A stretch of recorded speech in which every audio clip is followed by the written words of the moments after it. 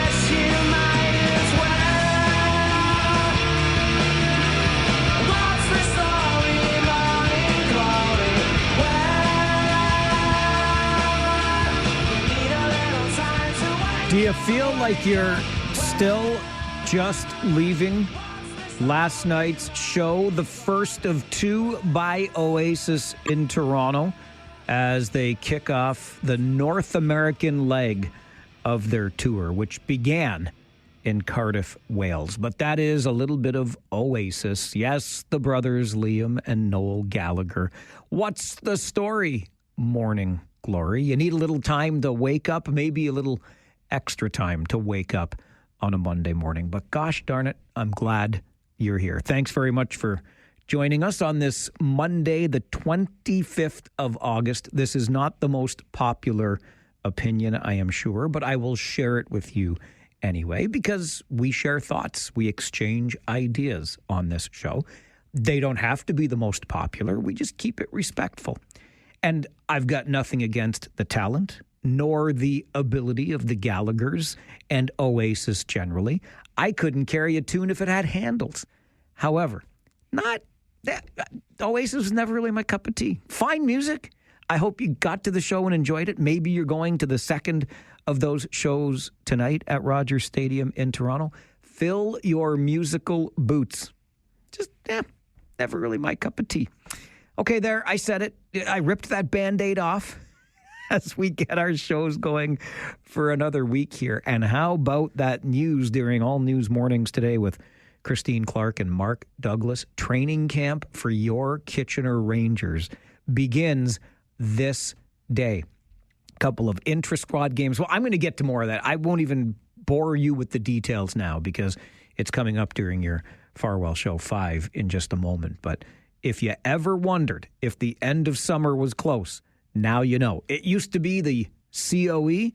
Now it's training camp opening for the Kitchener Rangers. So kids, enjoy yourself. I was out walking Rosie the pandemic pup last night, and some kids were out enjoying the twilight time in and around 8 o'clock. And I'm thinking, I remember those days. I remember those days as the summer was winding down. You're trying to maximize the time before you head back to school. And I don't know. I don't feel like it felt this way a year ago. So I think it's new, although I'm getting older, so maybe I feel this more acutely, and I forget how I felt last year. But I am feeling the end of summer this year, unlike I feel as though I've ever felt it before. There's just something about those cooler mornings, the darkness coming a little earlier in the evening, and I'm like, but I didn't do everything yet. I didn't do it all this summer. Quick note I want to let you know about just as we get underway today, because it's an important hour of programming tomorrow on the show. About a month ago, we had the opportunity for a 1-hour in-studio visit from Waterloo MP Bardish Chagger, who sat down, answered questions not just from me, but from you with open phone lines. And tomorrow on the show, we are being afforded the same opportunity with a local MPP, a member of provincial parliament. Waterloo MPP Catherine Fife will join us in studio tomorrow for a full hour between 11 and noon. So if you've got a question related to provincial politics or just the life of an MPP, you can have that answered as Catherine Fife joins us in studio tomorrow between 11 and noon. 1, 2, 3, 4, 5, 6, 7, 8, 9, 10, 11, All right, 12. let's get to that Farwell Show 5 for this Monday morning. Number 1, if you are having trouble finding affordable childcare in Kitchener, well, you're not alone. A new report from the Canadian Centre for Policy Alternatives says Kitchener remains a childcare desert, where 75% of kids are living without access to local coverage. Only Oshawa and Fort McMurray, Alberta, have similar numbers of kids in childcare deserts in all of Canada. Number 2, Wilmot Council will consider tonight a motion that could bring statues of former prime ministers back to a park outside township offices. A report says it would cost the township $78,000 to restore the statues to their former path, and that no other public dollars would be required for the project. Number 3 on your Farwell Show 5 this morning, training camp opens today for the Kitchener Rangers with intra-squad games scheduled for tonight and tomorrow. They're open to the public, and the preseason gets underway on Friday with a showcase at the Odd leading into FanFest on Sunday. Tickets to all preseason games, just $5, can be bought at the door. We are doing a 1-hour broadcast from noon until 1 at FanFest on Sunday, when you will also get the chance to meet the newest member of our broadcast team. Number 4, Prime Minister Mark Carney striking a new strategic partnership with Poland as he visits Warsaw today. This will see Canada deepen its ties in trade, defense, and energy with the fast-growing European economy. Carney and Polish Prime Minister Donald Tusk say they've agreed to work more closely in areas such as defense, cybersecurity, and clean energy. The Prime Minister is also meeting with Poland's newly elected president before heading to Germany. And number 5 on your Farwell Show 5 this morning, Canada's Brooke Henderson is a 2-time CPKC Women's Open champion. I have a hard time saying that, CPKC, because the very first radio station I worked at was CKPC, but this is the CPKC. It's Canadian Pacific and Kansas City Rail. Women's Open champion. She edged, Brooke Henderson did, Australia's Minjee Lee by 1 shot for her 14th LPGA Tour title, snapping a 2-year title drought. Henderson also won the Canadian National Women's Golf Championship back in 2018. And that is your Farwell Show 5 for this Monday morning. Your morning wake-up call is coming up. You can make it, or I will, and I'll tell you this much for free. Prime Minister Mark Carney was busy since we last talked on Friday afternoon. We'll get into some of that and hear from you as the Mike Farwell Show gets underway for another week on 570 News Radio and Rogers TV.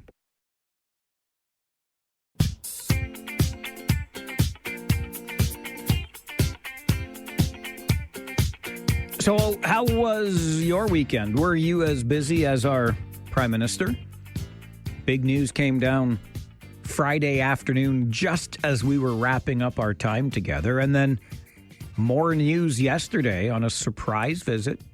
It wasn't scheduled, or at least we weren't made aware of it. To Europe goes the Prime Minister, talking about boots, Canadian boots on the ground in Ukraine. I'll get to some of that in just a moment. But as you know, the minute we begin our show every day, phone lines are open, and we love to interact with you. 519-570-2545, star 570, and 1-800-570-5715. We will begin with Dave this morning. Good morning, Dave.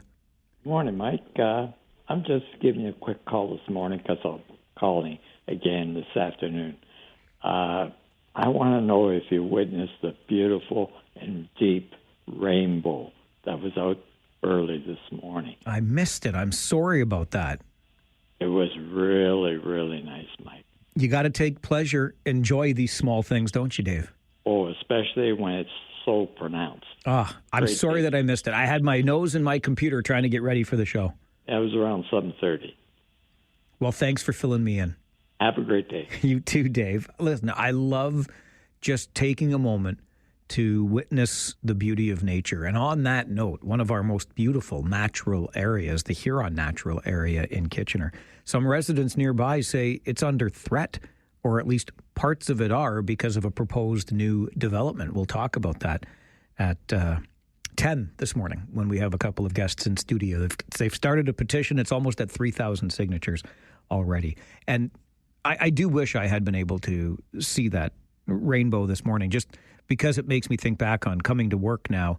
And it's, it's still kind of dark because we have reached that time of year when I roll in around 6. But nonetheless, I'm glad, Dave, that you took advantage of the opportunity to take in some of nature's wonder. As I mentioned, it's been a busy weekend, really, for our Prime Minister, beginning on Friday afternoon. Just as we were signing off for our week together, it was announced that Canada was dropping its counter tariffs against the United States. Your critics are going to say that this is an elbows down approach, that you're backing down to Trump. What are you gaining by dropping these tariffs? So the first thing to say is, let's be clear. We have the best deal of anyone in the world right now. We have the lowest tariff rate on average, a little over 5.5% versus that 16% average for the world, and in many cases much higher. It's important that we preserve that. And there is a time in a game, in a big game, and this is a big game, when you go hard in the corners, your elbows up. The time in a game where you drop the gloves in the first period and you send a message. And we've done that. We happen to have the best deal with the Americans right now. But there's also a time in a game where you want the puck, you want a stick handle, you want to pass, you want to put the puck in the net. And we're moving later into the game. And we're at that time in the game. And that's where the engagement is. Now, I said this on Friday in the early minutes, really, after that announcement from the Prime Minister that the counter tariffs were being dropped. And I described Canada as being a good global citizen, if you will, because what dropping these counter tariffs does is make, again, tariff-free, what should be tariff-free under the Canada-US-Mexico agreement, right? And so when I say makes Canada a good global citizen, if you enter into a trade agreement and then you violate the terms of that agreement by applying tariffs, you don't exactly have the best standing, the best reputation, if you will. And by no means am I trying to be an apologist for Prime Minister Carney here. And I don't know how you feel about that choice that was made to drop those counter tariffs. But remember, this does match what the U.S. has done, right? Because the tariffs imposed on Canada, however steep, do not apply to those goods covered by the current Canada-US-Mexico agreement. And I think what's really happening here is we're playing the long game because, as I also mentioned on Friday, there is a new agreement between Canada, the United States, and Mexico to be worked out here. And I don't think you want to be in a position, an adversarial position, as strongly, let's say, an adversarial position as Canada would have been had these tariffs remained in effect. Remember, the first time or the last time this agreement was renegotiated, Canada, U.S., Mexico, Canada was almost on the outside looking in. And I think we would be wise to ensure that we are at the table when this comes up for renewal early next year. So I do not, out of hand, dislike this decision on the part of Prime Minister Carney. And then there was this news yesterday when he made that surprise visit to Ukraine. We're investing today $2 billion in new military assistance for Ukraine. $800 million of this will help strengthen Ukraine's arsenal for the most urgently needed defense equipment, drones, ammunition, armored vehicles. And we had a discussion today about specifying and targeting that assistance where it will have the greatest impact, and we will do so. As the President mentioned, we're proud to be the first non-European nation to participate in NATO's Pearl program, the package of the most urgently needed military assistance that will be delivered here next month. We are working through with our allies in Coalition of the Willing and with Ukraine the modalities of those security guarantees on the land, in the air, and the sea, and I would not exclude the presence of troops. Canadian troops in a quote-unquote peacekeeping role and $2 billion in aid for Ukraine announced just yesterday by the Prime Minister, who had himself a busy weekend. This is the Mike Farwell Show, 570 News Radio and Rogers TV.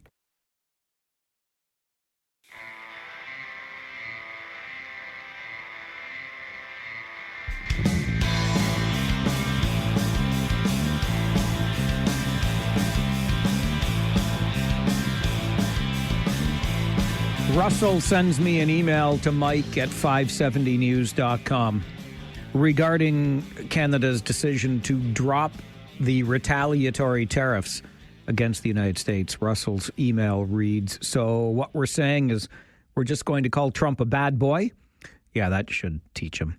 And listen, I get where you're coming from. I do. I can understand the initial response to this being an elbows down sort of thing, but Russell also invokes the other wild card in all of this, right? And that is, of course, U.S. President Donald Trump, who one day feels and acts one way and the next day feels and acts a completely different way. I do think, again, this is all about the long game here. We've got a new Canada, U.S., Mexico agreement to work out.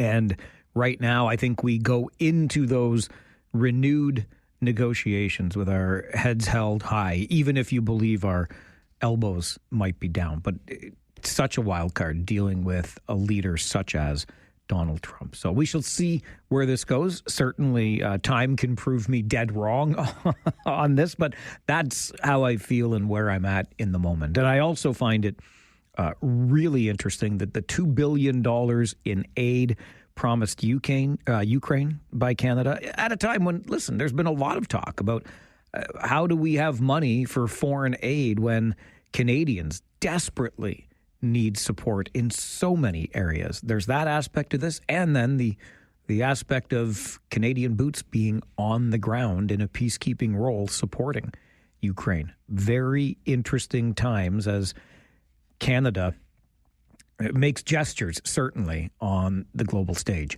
All right, we've got a lot to talk about today, including other news that came down on Friday while we were in the midst of our show, and now we can do a deeper dive into it. A Superior Court injunction here in Ontario will prevent our regional government from evicting people living in an encampment at Weber and Victoria Streets. As you know, the region hoped to have that encampment cleared by the end of the year.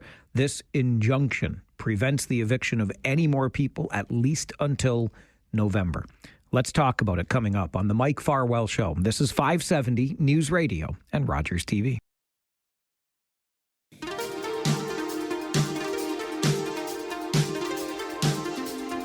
The region of Waterloo, as you likely know, has adopted what's called a site-specific bylaw, which was intended to clear the corner of Weber and Victoria in Kitchener of residents living in an encampment. The idea behind the site-specific bylaw was to have that site cleared and ready for equipment, staging and whatnot to be ready for the construction of the new transit hub, which is a couple of blocks away at Victoria and King.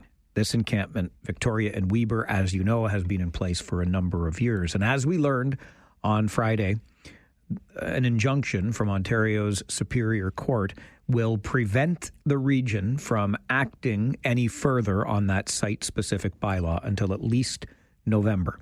Ashley Skidema is a lawyer with Waterloo Region Community Legal Services and joins us for a chat about it. Ashley, good morning. Hi, good morning, Mike. So what does this ruling or this injunction from Ontario's Superior Court mean? It really means that the same situation that we were in before the bylaw was passed will continue. So the status quo is just that the encampment site operates as a place where people who are experiencing homelessness can go. They can set up a tent, they can stay for a short period of time or a longer period of time, and then they're not going to be prohibited from doing that.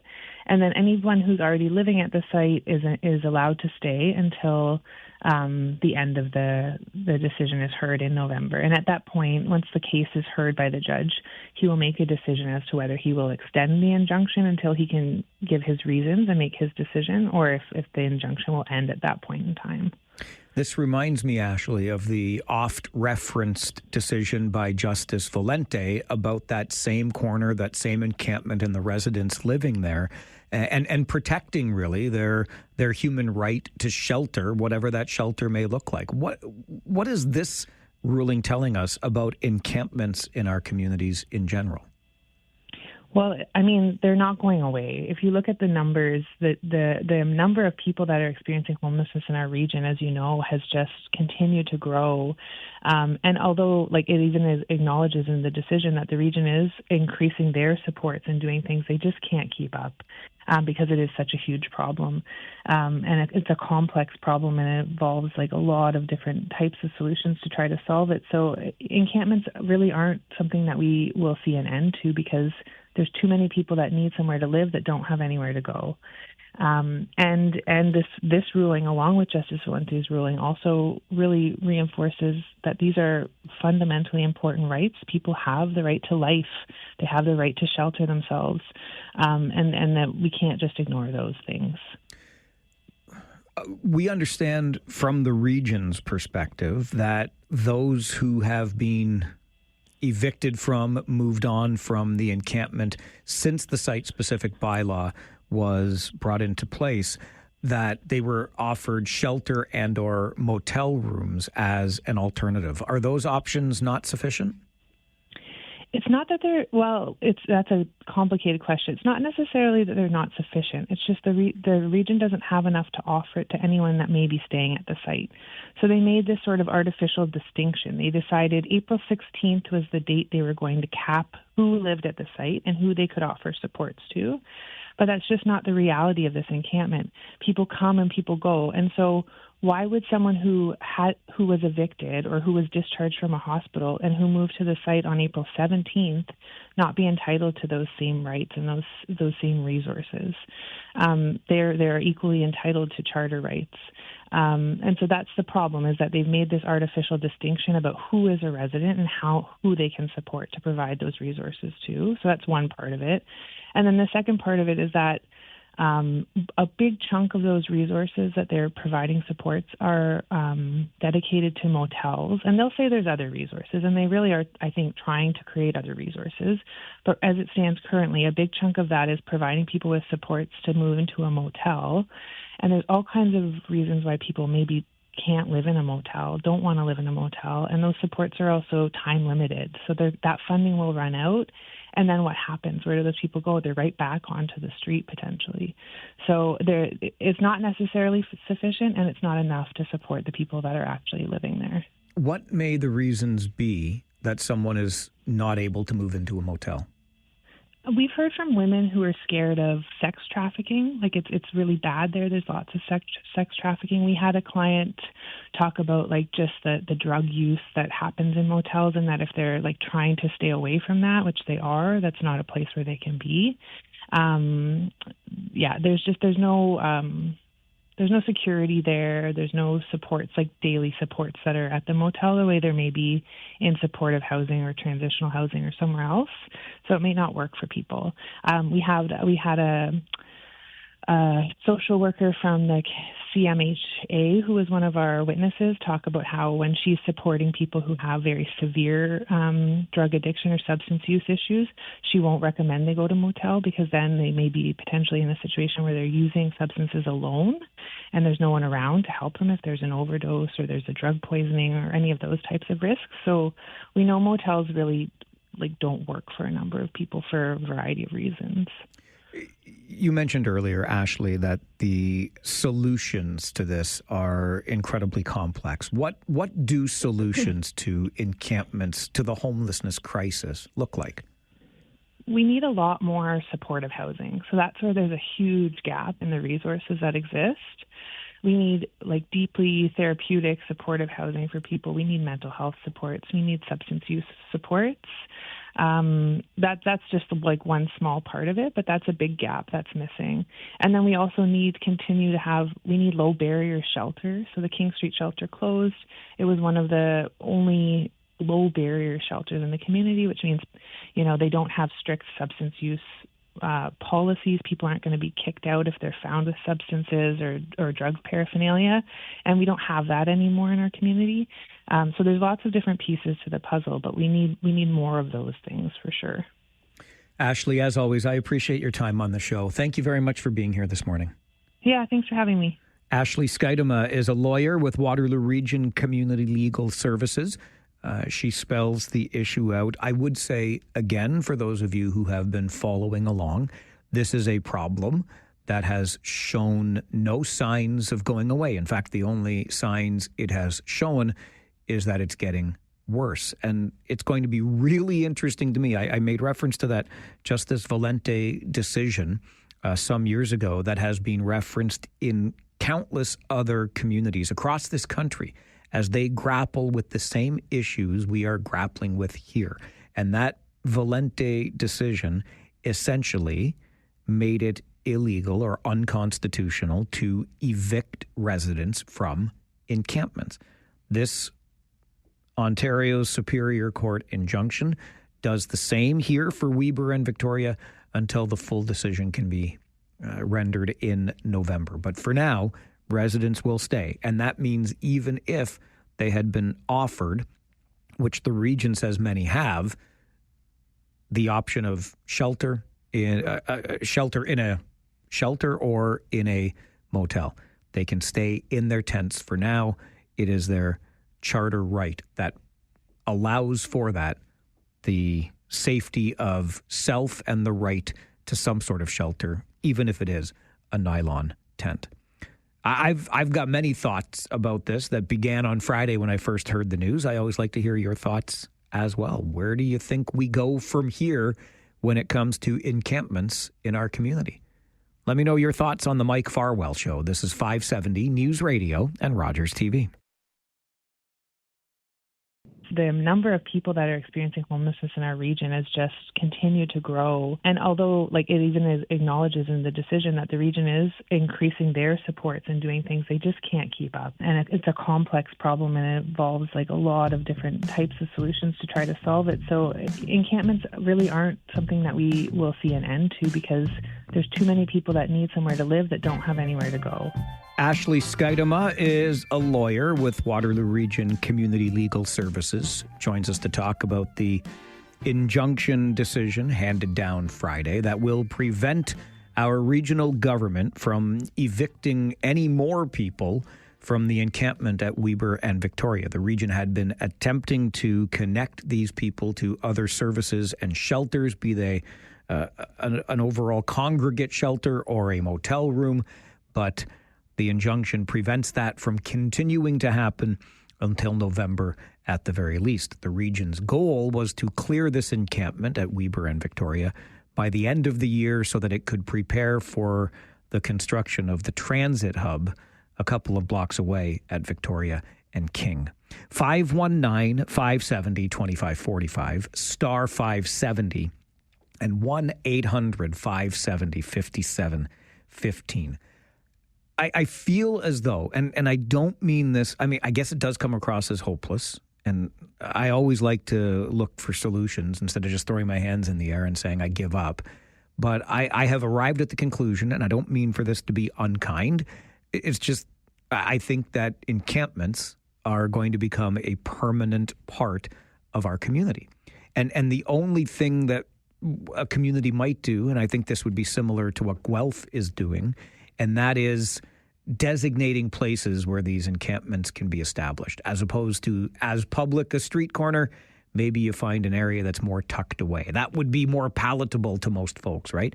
But as long as the individuals are all given agency in where they end up living, be it a shelter, a motel room, whatever that looks like, I don't know how you ever meet the needs of all of those individuals unless you're creating something specific for all. And that's where I just think that the encampment idea will just remain in place. These will become new neighborhoods in our community overall.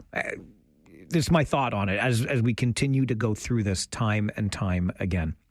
I also did some quick math, and this is strictly a look at the numbers, but with more than $65 million spent just by our regional government, this is local government, $65 million spent on the homelessness problem, and just under 2,400 people at our latest count, point in time, chronic homelessness. We're spending about $27,000, a little more than $27,000 per person who is living chronically homeless in our community. And despite that effort, we can't seem to make progress. Let's go to the phones and hear from you. Rory, good morning. Hey, good morning, Mike. Great segment this morning, and I hope what the courts have done is maybe enable us to have a further discussion about housing in this region, and maybe in particular the transit hub site, which we only talked about last week, and its delays, and maybe this is a gift from God, because when I look at the site plan for the transit hub, I don't see any housing. So why doesn't the region build a 10-story regional housing development, apartment building, subsidized housing, and attach it to the main station? That way they can find ample spaces for people that need affordable housing that would be regionally owned, and it would connect them directly to the station that could distribute people throughout the region.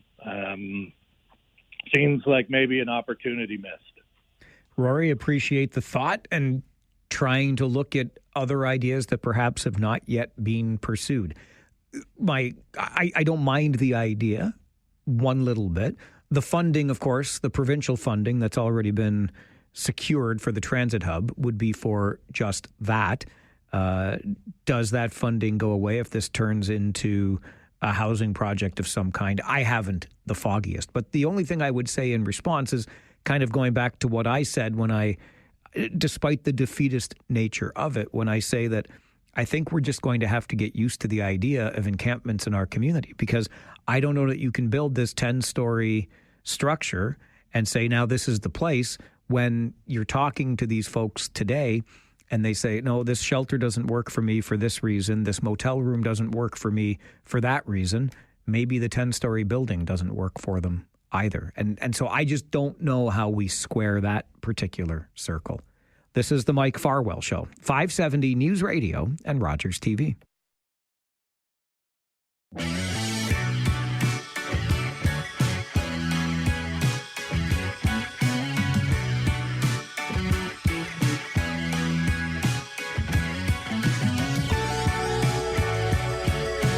Are encampments going to become permanent fixtures in our community? Clinton sends an email to Mike at 570news.com. And this, I'm sure, is an argument you have heard before. How can it be considered acceptable, Clinton writes, for someone to set up a tent and live on land that does not belong to them? If the encampment at Victoria and Weber is allowed to remain, then why were individuals forced off Roos Island in Victoria Park? What makes that land more protected, more valuable, or more deserving of enforcement than the site of the current encampment? If we permit the encampment at Victoria and Weber to stay, are we effectively saying that property rights, whether public or private, no longer matter? Because if that's the case, what's to stop someone from pitching a tent on your front lawn? At its core, how is that any different? And I hear where you're coming from, Clinton. I understand that completely. And Clinton goes on to say we could find areas in the community then where we designate them for encampments. Also a possibility, and I alluded to that because that would be similar to what Guelph has done with their bylaws around encampments. I honestly cannot tell you where we are going from here. However, I would submit to you that despite all the money being spent and the problem only getting worse, that we are going to have to grow accustomed to the idea of encampments being neighborhoods in our community. And I welcome the solution that proves me wrong in this regard. I absolutely look forward to it. But when you consider all of the issues that are at play here, flat out unaffordability when it comes to not being able to pay the rents that are being demanded of you, add into that issues with substance use and abuse, and then mental health issues. You put all of those things together. Sometimes it's just one of them. Sometimes it's all three together. And I don't know how we can adequately or appropriately help nearly 2,400 people just in our community today. I don't think there's a one-size-fits-all solution for all of that. So if we're looking at it in three different parts or with three different streams of the solution, that's going to take an awfully long time. And I think while we try to get there, the problem, again, just continues to get worse. We're currently spending just over $27,000 per person, straight out numbers, with our $65 million plus being spent on homelessness. And we're not getting anywhere with the money being invested so far. I'm going to get you to the 570 News Center for an update. And then let's talk about the Huron Natural Area in Kitchener and a proposed development near it that could threaten the precious natural area that so many enjoy. We'll talk about it coming up on the Mike Farwell Show. This is 570 News Radio.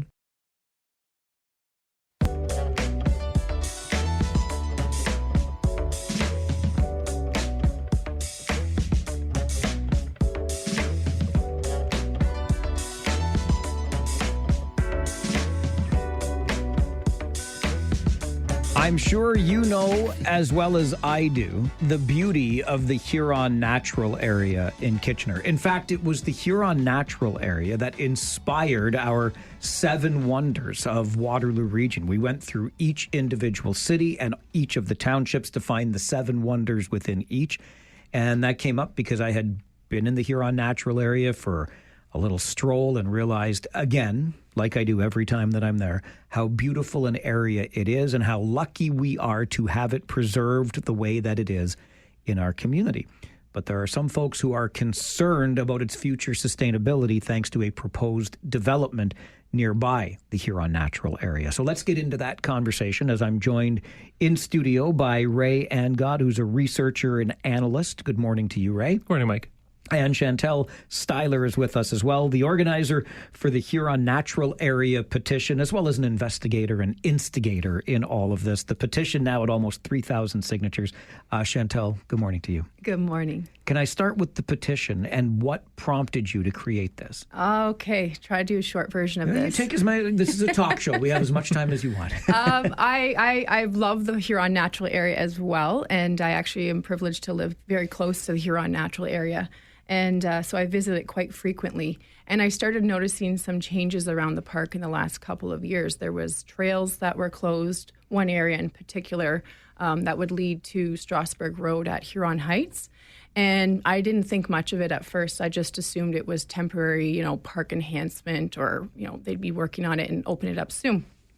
I didn't think much of it for over a year and a half. And I started noticing other things on the outside of the park along Strasbourg Road, more fencing and Gate Mamaloy signs. And I'm like, okay, what is this? And I started just looking into it. I got in touch with Frank Glue, actually, one of the co-founders of Huron Natural Area. It would have been a year ago, April.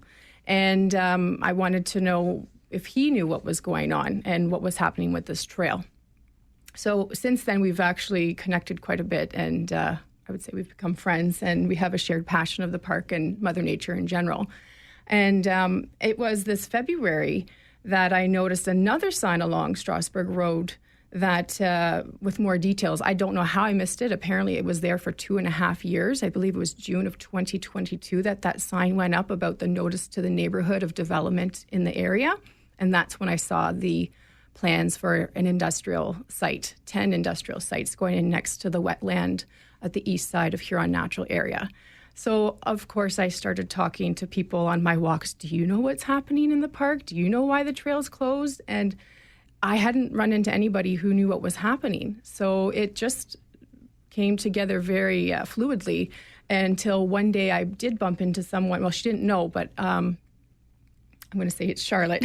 I bumped into in the park for the first time last February, a beautiful snowy day.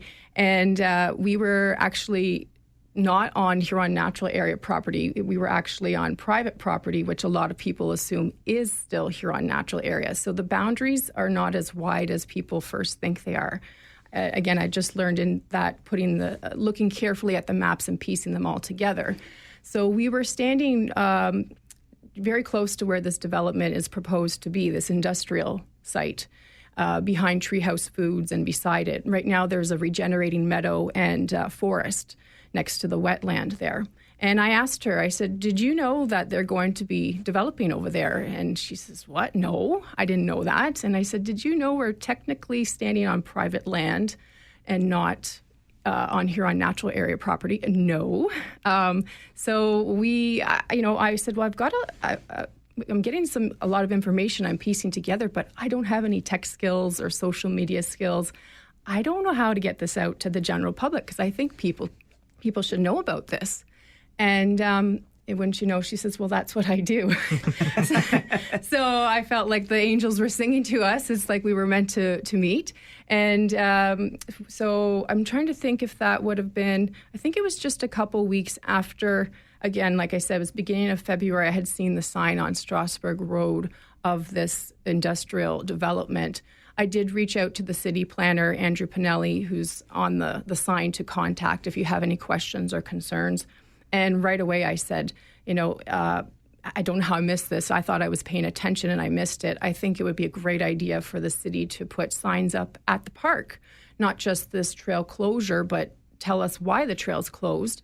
At a very minimum, maybe 1 or 2 at the main entrance or the other park entrances. I was told, no, this is, we've done our due diligence of 1 sign per road. And so there's 1, just randomly it seemed, down Strasbourg Road, not even at the trail closure with the other signs. And I had to go looking for the second sign when I heard, okay, there's 2 roads here involved, so McBrien must have a sign. And I had to go all the way to the dead end and found the sign hiding behind a big snowbank. And I was looking for it and I almost missed it. So yeah, I'd shared that with Charlotte too. And it just came together very naturally. We shared information and next thing you know, within a couple of weeks, the petition was, well, maybe not a couple of weeks, but within a few weeks, the petition was at change.org. I'd talked to other people too in the park and somebody else, at least one other person said, you need to do a change.org petition. I said, yeah, I've been thinking about that too, but I'm not sure how to go about it. And when I met Charlotte, it was just meant to be. And from there on, it's just the group keeps growing. When people find out, it matters to everyone we've talked to, and they want to do something about it. They want to bring awareness, first of all, because without awareness, there's no possibility for change. And I came across a note about this some months ago, and I'm glad we could bring the conversation to the show so we can learn more about it. That petition at change.org, protecting the Huron Natural Area, almost at 3,000 signatures.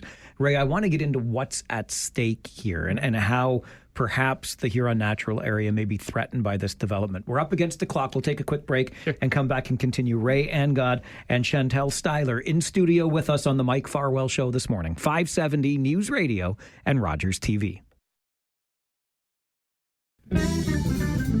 Protecting the Huron Natural Area. That is the thrust of a new petition at change.org that has reached almost 3,000 signatures. Chantel Styler organized that petition. She's in studio with us this morning, along with Ray Angod, who's a researcher and analyst. And Ray, I wonder from your work, If you can give us a perspective of what's at stake here with this industrial development planned around the Huron Natural Area. Absolutely. So the one thing that really stood out to me was salt. And we all hear about salt as a problem in our city. The report that came out showed that after development, the amount of salt that would be in that area would be about 5 times the reasonable use case by provincial guidelines. So you're talking about 5 times the reasonable use case adjacent to a wetland, right? So the main threat, as I see it, is to aquatic life. You have all that salt, all that runoff in the winter, and where does that go, right? So it's a threat to aquatic life. We've seen deer there. It's also a turtle nesting area. I'm not sure if people are aware of that, and that was in the environmental assessment. So the turtles aren't doing very well in Kitchener, and we're not making it easy for them, right? So I think it's important to note that the actual scale and scope of this development that's happening, it's about 40 acres. If you can think about the scale of that, 40 acres of generating forest and meadow is going to be gone, right? It's going to be replaced with parking lots and industrial buildings and lights and noise right next to the Huron Natural Area. Who's asking for this? Who wants this? And so I was looking also at the demand as a business case. Do we have a business case for adding new industrial units into Kitchener? According to a JLL report published just this year, the vacancy rate in Kitchener for industrial is 7.3%. To put that into context, Brant, it's about 2%. Woodstock, about 2%.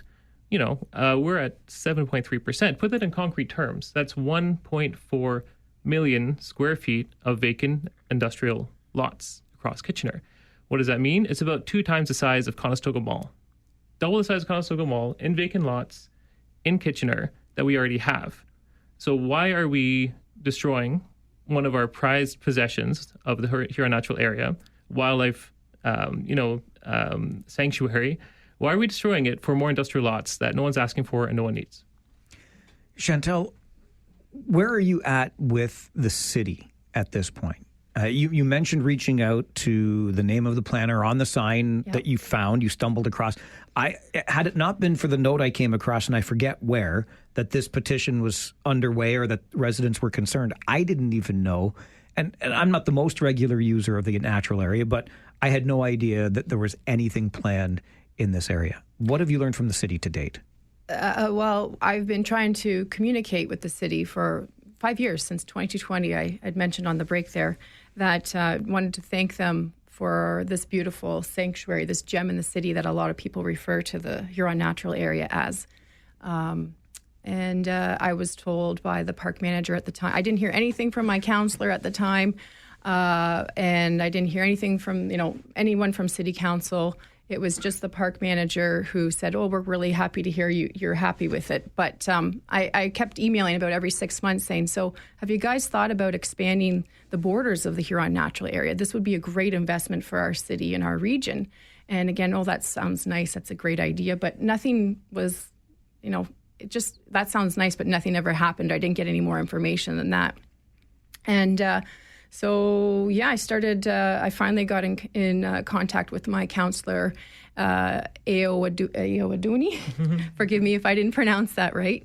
Back in April, I think it was April, thanks to our Huron Community Association. Took a lot of assistance from them to get a phone call. And so we started a conversation, but it hasn't gone too far. And I've been in contact with Josh Shea, park manager, for, like I said, for 5 years now, off and on. And thankfully, somehow with the help of the petition, we were able to have a meeting, Frank Glue and I, at the end of April with senior city planner Andrew Pinelli and environmental planner Barbara Steiner on just kind of who owns the lands around the Huron Natural Area and what is the zoning, because we didn't even know that at the time. And we thought that was important to find out, what is it zoned for.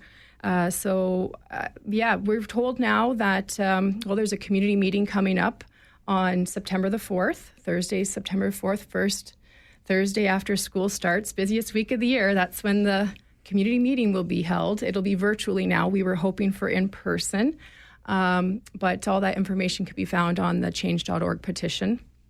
There's a great link tree below our petition as well with lots of information.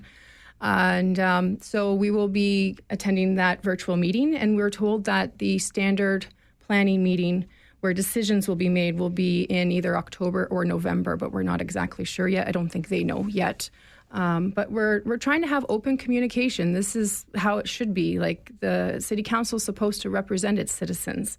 And as Ray said, why are we even considering developing next to such a precious place, and a wetland in particular, when we have so much vacancy elsewhere? The city keeps saying to us we want to find the balance between environmental conservation and development for a healthy job economy, which we all would like.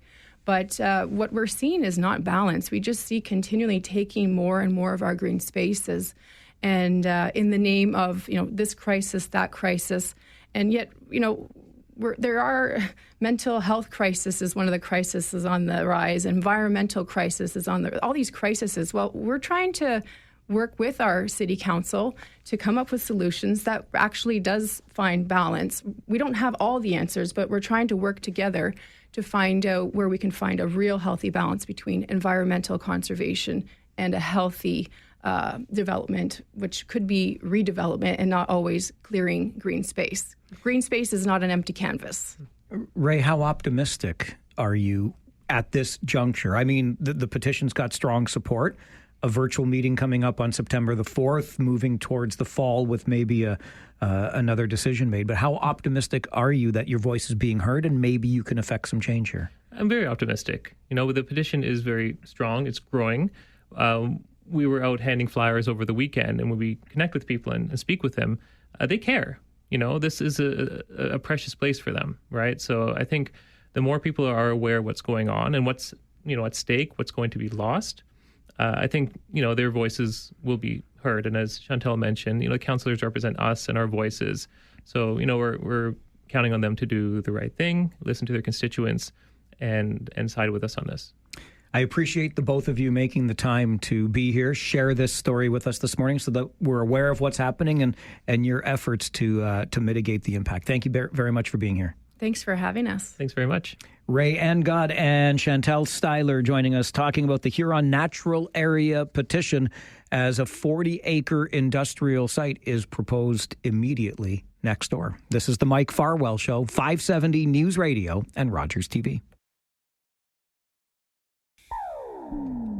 Just ahead of our 10:30 update in the 570 News Center, let's go to the phones, hear from you on the issues of the day. Conservative Charlie, good morning. Hi, Mike. I've been out that area numerous times. That's a wonderful trails there. And I'll also say they pay homage to different indigenous groups there. That was previous to their land. So I have a perfect solution for these people that want to protect it. And you can get that previous lawyer on that you had on before. Set up a tent somewhere near that development, throw a bunch of shopping carts around, some dirty needles and a bunch of litter, and they'll have a court injunction. They won't be able to touch that for years, Mike. Charlie, your tongue firmly in cheek is noted. I get where you're coming from. That's your suggestion to protect the Huron Natural Area from encroaching industrial development. Yvonne is on the line with us, too. I believe it's Yvonne Fernandez, also involved in this fight. I got about 90 seconds for you, Yvonne. Okay, I'll be quick. Sure. The amount of work that has gone into trying to protect the Huron Natural Area in the 1990s needs to be recognized today. I think Ray's numbers of the vacant land, industrial land, is very important to be noted. And if we don't protect it now, we will lose it permanently. Each piece that is carved out along the edge of the boundaries will have a systemic impact on the Huron Natural Area, and I think we will see a degradation of it. So the city needs to do everything they can, and this includes not just virtual meetings, Mike, but in-person meetings on site to talk to the public about this beautiful piece of property. So thanks for taking the time to hear me out. Thanks, Yvonne. Great to hear from you today and your thoughts on this as a former city councillor. Look, I will make no bones about my admiration and appreciation for the Huron Natural Area. And I have no doubt this should be the very beginning of an extensive conversation and consultation about how, if we are to move forward with nearby, adjacent to, abutting industrial development, we do so with painstaking care to ensure the future sustainability of this gorgeous area. So let's hope we move forward with ears wide open. This is the Mike Farwell Show on 570 News Radio.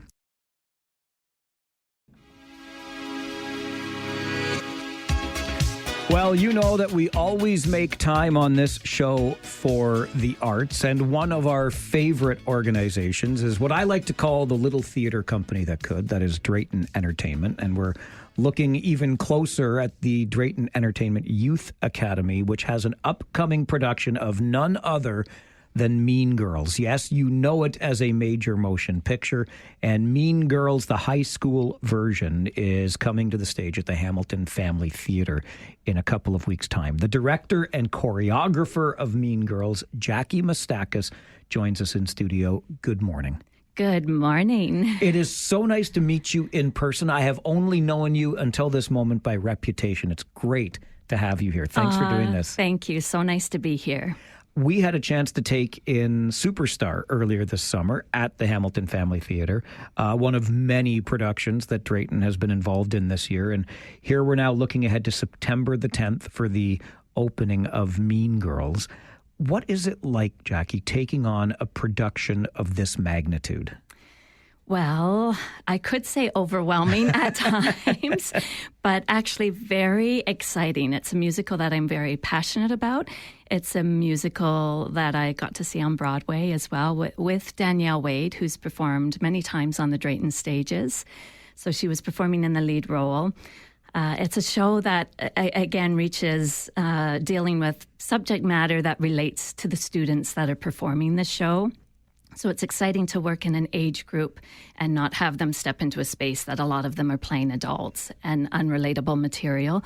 So I think it's an exciting show with an exciting and important message, and having them in the space to work on it. And very excited with 56. There's actually 43, I should say, on stage at times in the show. So it's a lot of buzz in the room, a lot of noise at times, but excited, good noise that we're happy to have in the space. You talk about that message and you exemplify it today. You're decked out in pink. It's Yes. Be kind always, which seems opposite the title, Mean Girls. Yes, but that's the overall, I would say, umbrella message of the piece. I think it's very important. I like to lead with kindness, and I think it's so easy to be kind, and it takes a lot of energy to be anything else. So in the work that I do, I really try to lead through the heart and with hope and love and kindness. And that's the message of this show. We can get more done as a society, as a community, if we work to lift each other up instead of tearing each other down. And that's the journey they all go on. We have the main character, Katie, comes into the school. She's been homeschooled her whole life. So she's learning how to fit into a school and all of the peer pressures and all of those social dynamics, and wants to be the top of the food chain, as we say, and the popularity. And that's the Mean Girls are running the school. And again, we never know the journey and what people's stories are, because it's usually coming from somewhere or the lives they're living. So I always like to think that people are doing the best they can in a moment. And as they get to know each other and go on that journey together, they ultimately get to the same place and realizing that nothing comes of being mean to one another. And eventually Katie gets trapped in that. We get stuck in social media and peer pressures, and society conforms us to be something that we're not often. And that's also the big message of the show is be your authentic self, be true to yourself, and be kind. Be kind.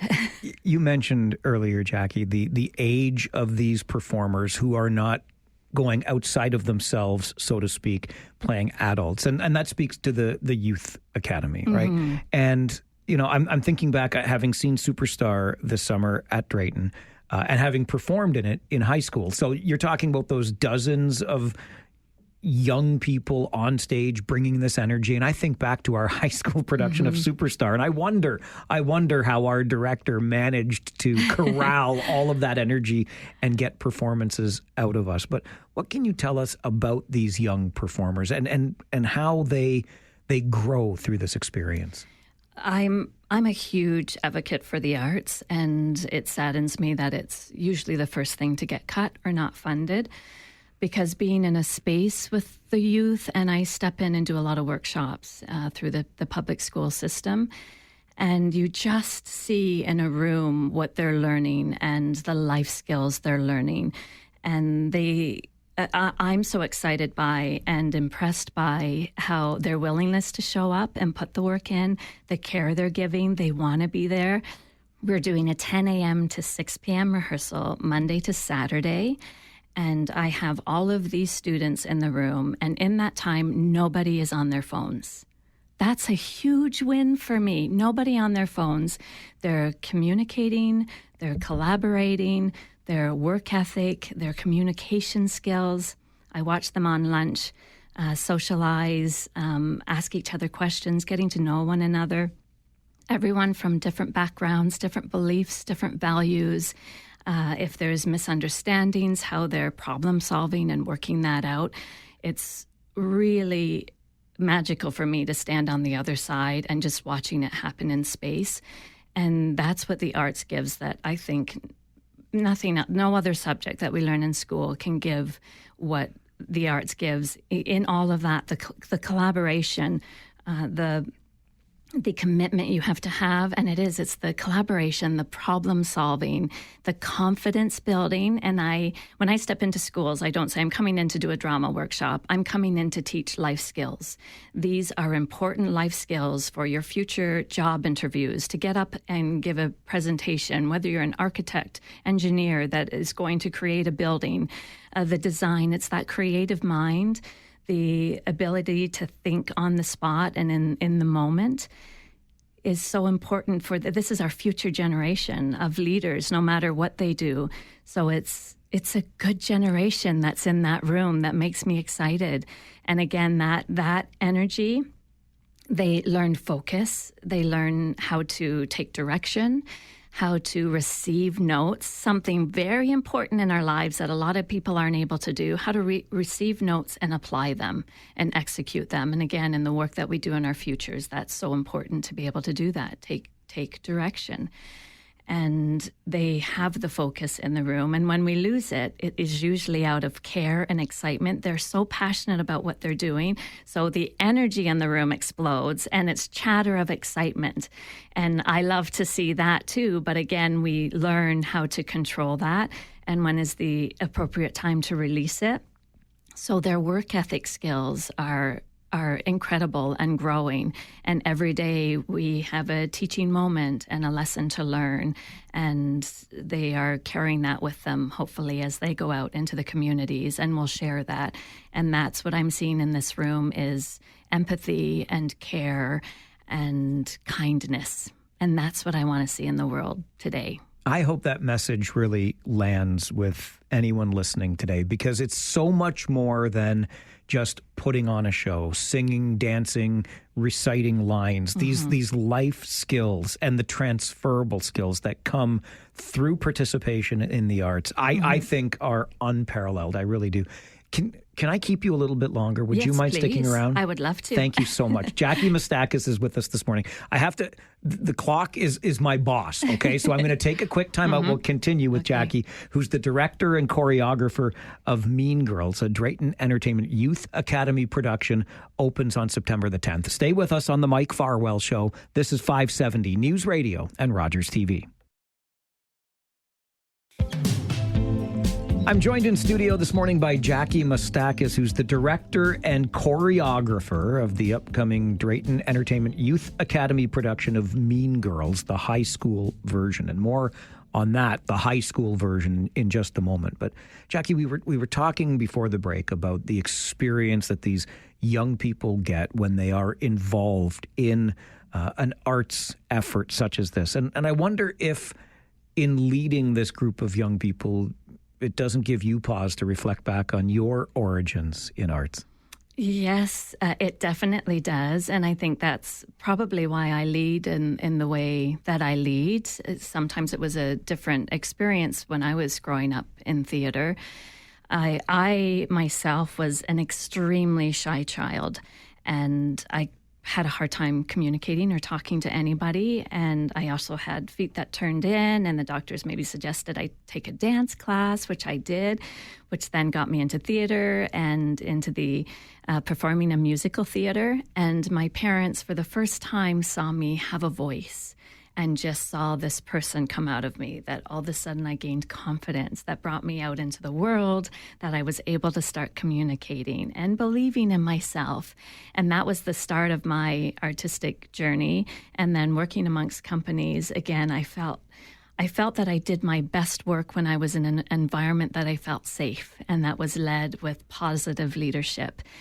And that's how I choose to go into a room and lead as well, because I feel like we can create our best work and build our best community in that positive space. And that's, again, as a human, theater has structured me to who I am today and what I've brought forward with me. And artistically as well, the experiences I've had. And you work with different individuals, and you take something from each individual. David Connolly, the artistic director of Drayton Entertainment, I've worked with him for so many years, and again, have been mentored and learned so much from his positive leadership as well that I take into the space. Yeah, such a tough guy to work with, David Connolly. Yes, absolutely. I'm confident in saying, Jackie, that we all know about Drayton Entertainment, the umbrella, its role in our community, the various theaters, etc. But what we're talking about here with Mean Girls, the high school production, is the high school musical production program, which is breaking down barriers, I think, in just the greatest of ways. Can you tell us more about the program? Yes, it's very exciting that it breaks all financial barriers, mental, physical. Everyone is welcome to participate and audition to get into the project. But it's an absolutely free program to do, that they're getting this huge experience working in a professional production with surrounded by professionals. The learning that happens in the space, working alongside people, is incredible, and again, offered completely free. We're very excited that we're able to do that, and the Youth Academy as well is the reason that was started, is to break barriers and offer these programs and opportunities and scholarships and allow everyone to step into the doors that would like to have this experience. So it's open to everybody, the Youth Academy, and as well as the project. Every year, this is the third year that we've done it, and everyone and anyone is welcome to audition. Curtain rises on Mean Girls September the 10th. I think the most important thing to know now is how we can get our tickets. Yes, absolutely. You want to go online to DraytonEntertainment.com, and you will find all the information, the show schedule. You can look at everything playing with Drayton Entertainment, but in particular, you can do everything online now, or there'll be a phone number to call the box office if you want to talk to them specifically, or you can arrive at the theater in Cambridge to the box office and buy them in person. Lots of ways to get your tickets. It's a show you don't want to miss, this incredible group of youth coming up, our next generation.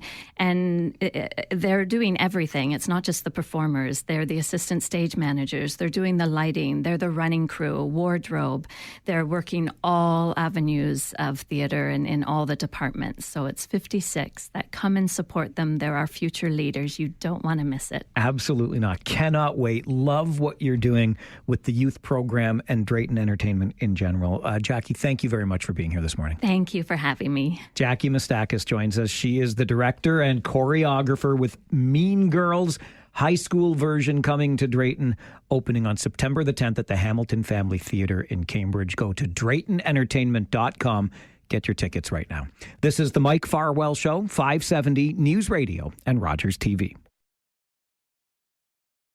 Saturday, September the 13th. It's not as far away as you think, and that marks the 12th anniversary of the annual Kitchener Kids with Cancer Run and Walk. Jody Rosner is a pediatrician and the founder of the event, and 12 years strong now, Jody. How did all of this get started? Yeah, it's hard to believe it has been so many years, but it all started with just a little twinkle in the eye, doing a run myself, thinking, hey, we could do this for our kids with cancer. They go through so much. And if there's any way that we could give back to them. And it started off at the back of the hospital, as I've mentioned in previous years, if people have heard. And we've just grown and grown and grown, which is such a great problem to have. And now we've got expecting about 1,000 people to show up at the race out at Kiwanis Park.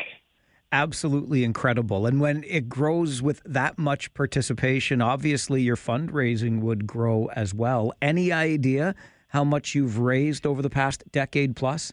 Well, we've raised over $609,000, and last year we hit our goal of getting $100,000 in 1 year. So each year we're aiming to strive and do better. So our goal is over $100,000 again this year. Absolutely incredible. Kudos to all concerned. And where, Jody, does that money go? So we give this money in an effort to wanting to keep the money all for pediatric care. We give the money to Pediatric Oncology Group of Ontario, POGO for short, and this group give back to us. For example, they help fund our outpatient clinic. They provide some staff. They provide finances. They provide money to families. They, of course, provide research. They provide care for these patients after they've had cancer treatments, which they can be left with some potentially long-term complications. So they follow into the aftercare of this as well.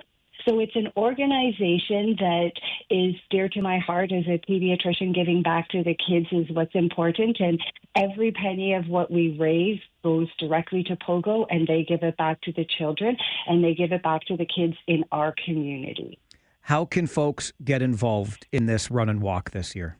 Yeah, coming out and running or walking the race. It's a 5-kilometer walk or run and a 10-kilometer run.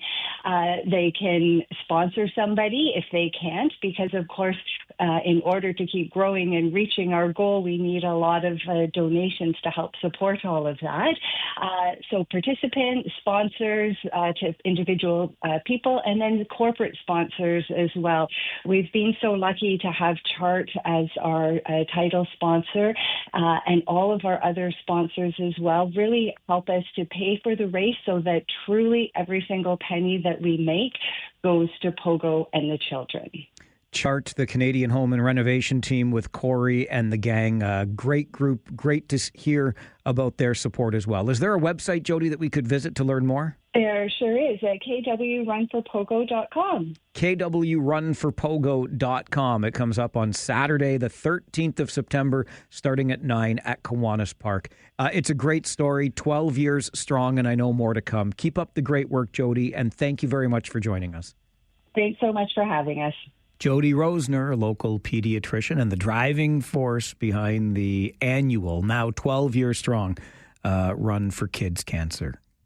Make sure you get online. Join us at the event on the 13th of September, which is a lot closer than you might think. I do believe that's 2 weeks this Saturday. This is the Mike Farwell Show, 570 News Radio.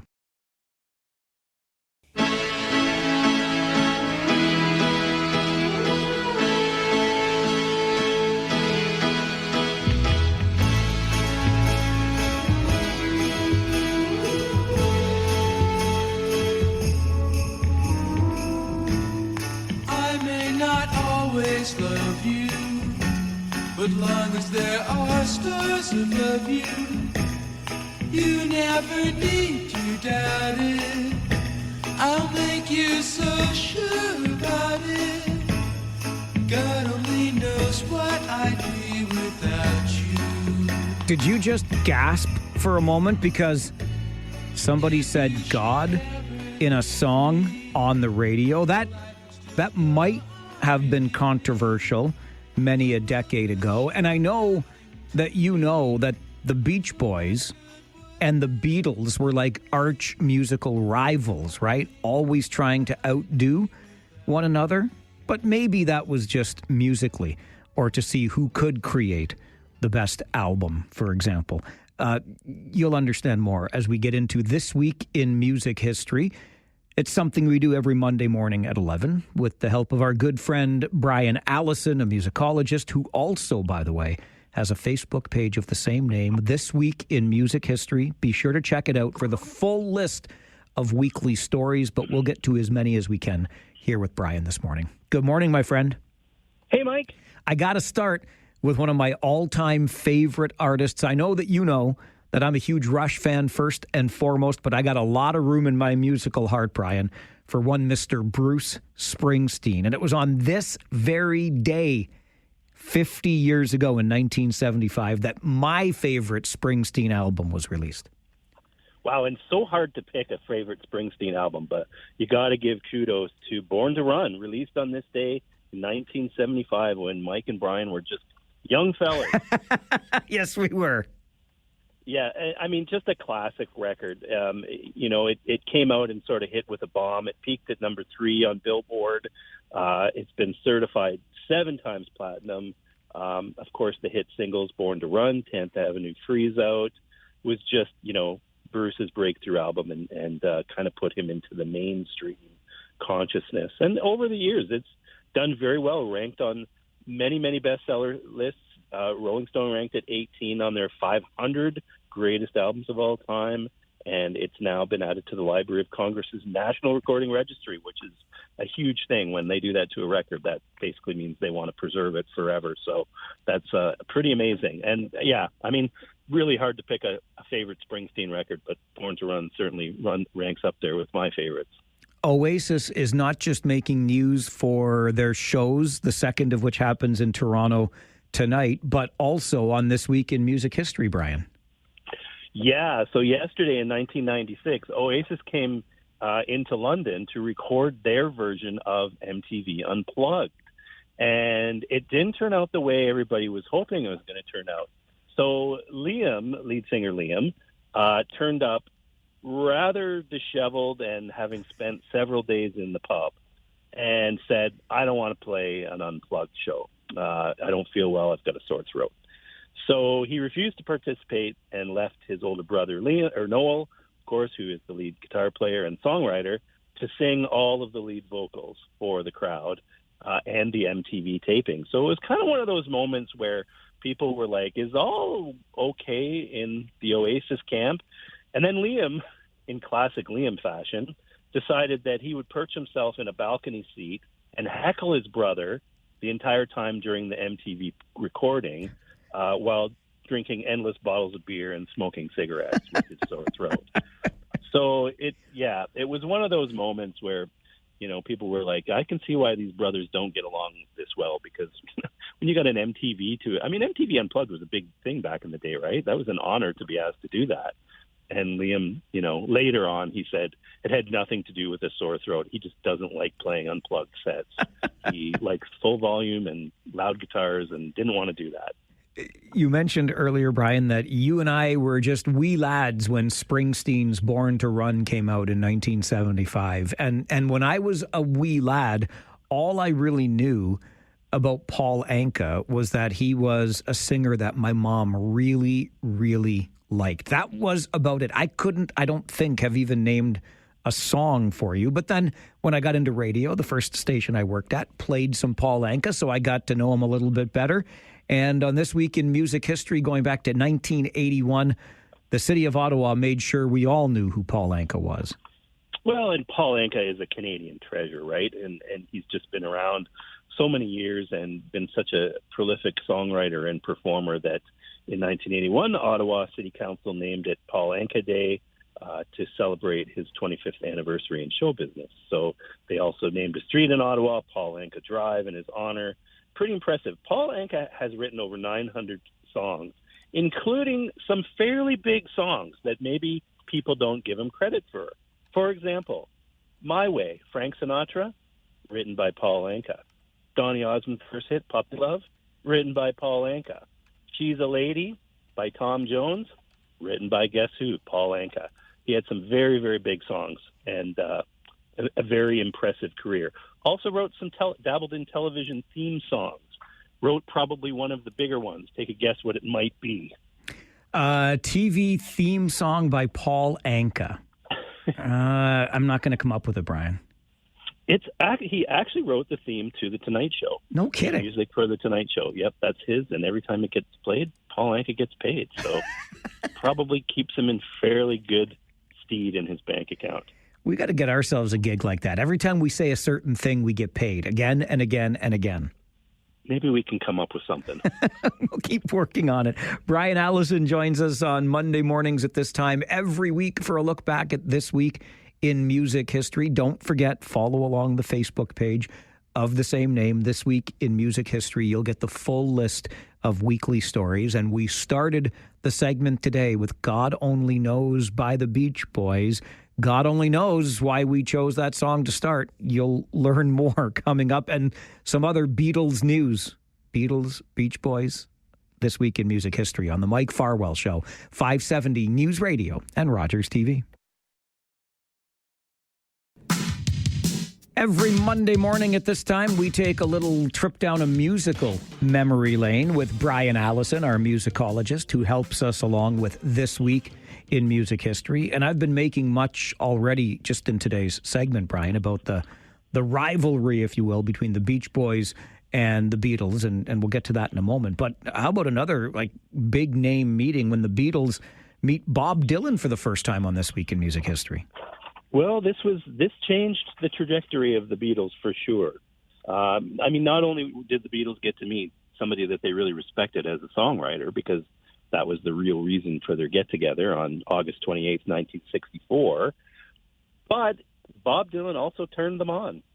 This was the first time that the Fab Four was exposed to marijuana. When they met, they just thought they were going to have drinks together, but Dylan and his friend, writer Alan Aronovitz, suggested maybe they smoke a little herb. And the Beatles had never done so, but decided to partake, and that really changed the things for the Beatles. They became regular marijuana users, which had a profound effect on their songwriting. I think, you can see a difference in the content of the Beatles' writing, particularly Lennon and McCartney, as they moved into smoking pot regularly.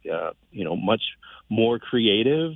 It became more of an art form for them at that point, and it was a difference maker for sure. So that meeting, in 1964 between the Beatles and Bob Dylan was an important turning point in their careers as songwriters. Thank you, poet Bob Dylan, for introducing the boys from Liverpool to the herbal, as you say.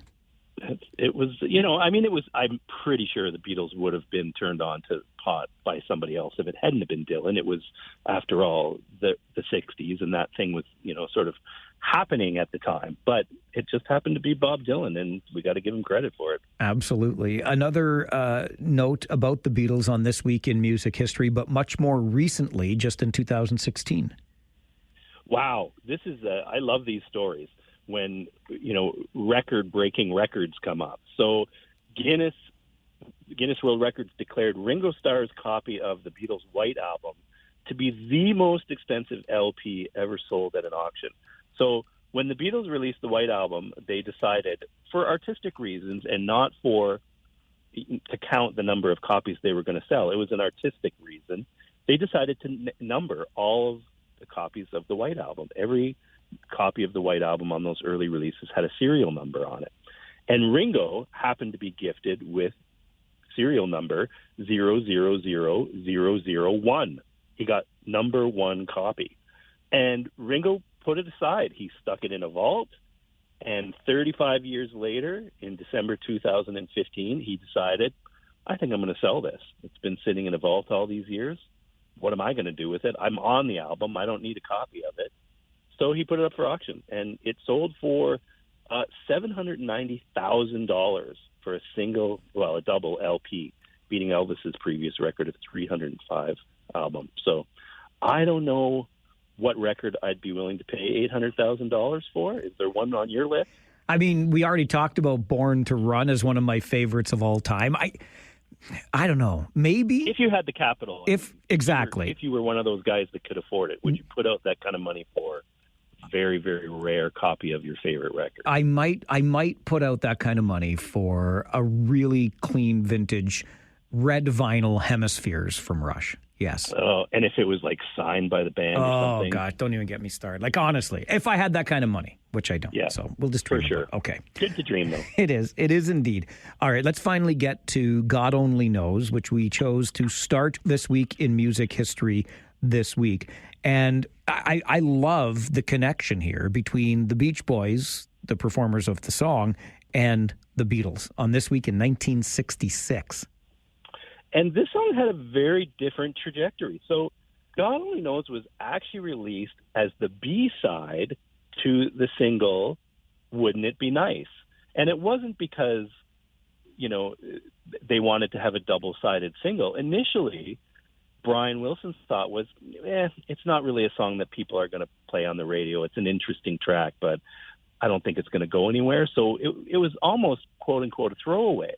They put it on the B-side of Wouldn't It Be Nice? That was the single release, thinking it wouldn't get much airplay. And disc jockeys started flipping the single over and playing God Only Knows. And it so took that in the UK in particular, it went to number 2 on the charts. I believe it hit around 37 or 38 in the US, but still an incredibly great performance for a song that originally they thought was, probably not their best song on that album. And yeah, the connection to the Beatles is Paul McCartney has consistently cited God Only Knows as his favorite song ever. If you ask Paul McCartney, what is your favorite song that's been written by somebody in history, he will always answer God Only Knows by Beach Boys. He thinks it's a perfect song. You listen to it, as we got to a little bit of it anyway, to start the segment today, Brian, and you know what? Like, it's a very interesting piece of music with sounds you don't always hear. And that was a huge influence on the Beatles. Remember, this is 66. This is pre Sgt. Pepper.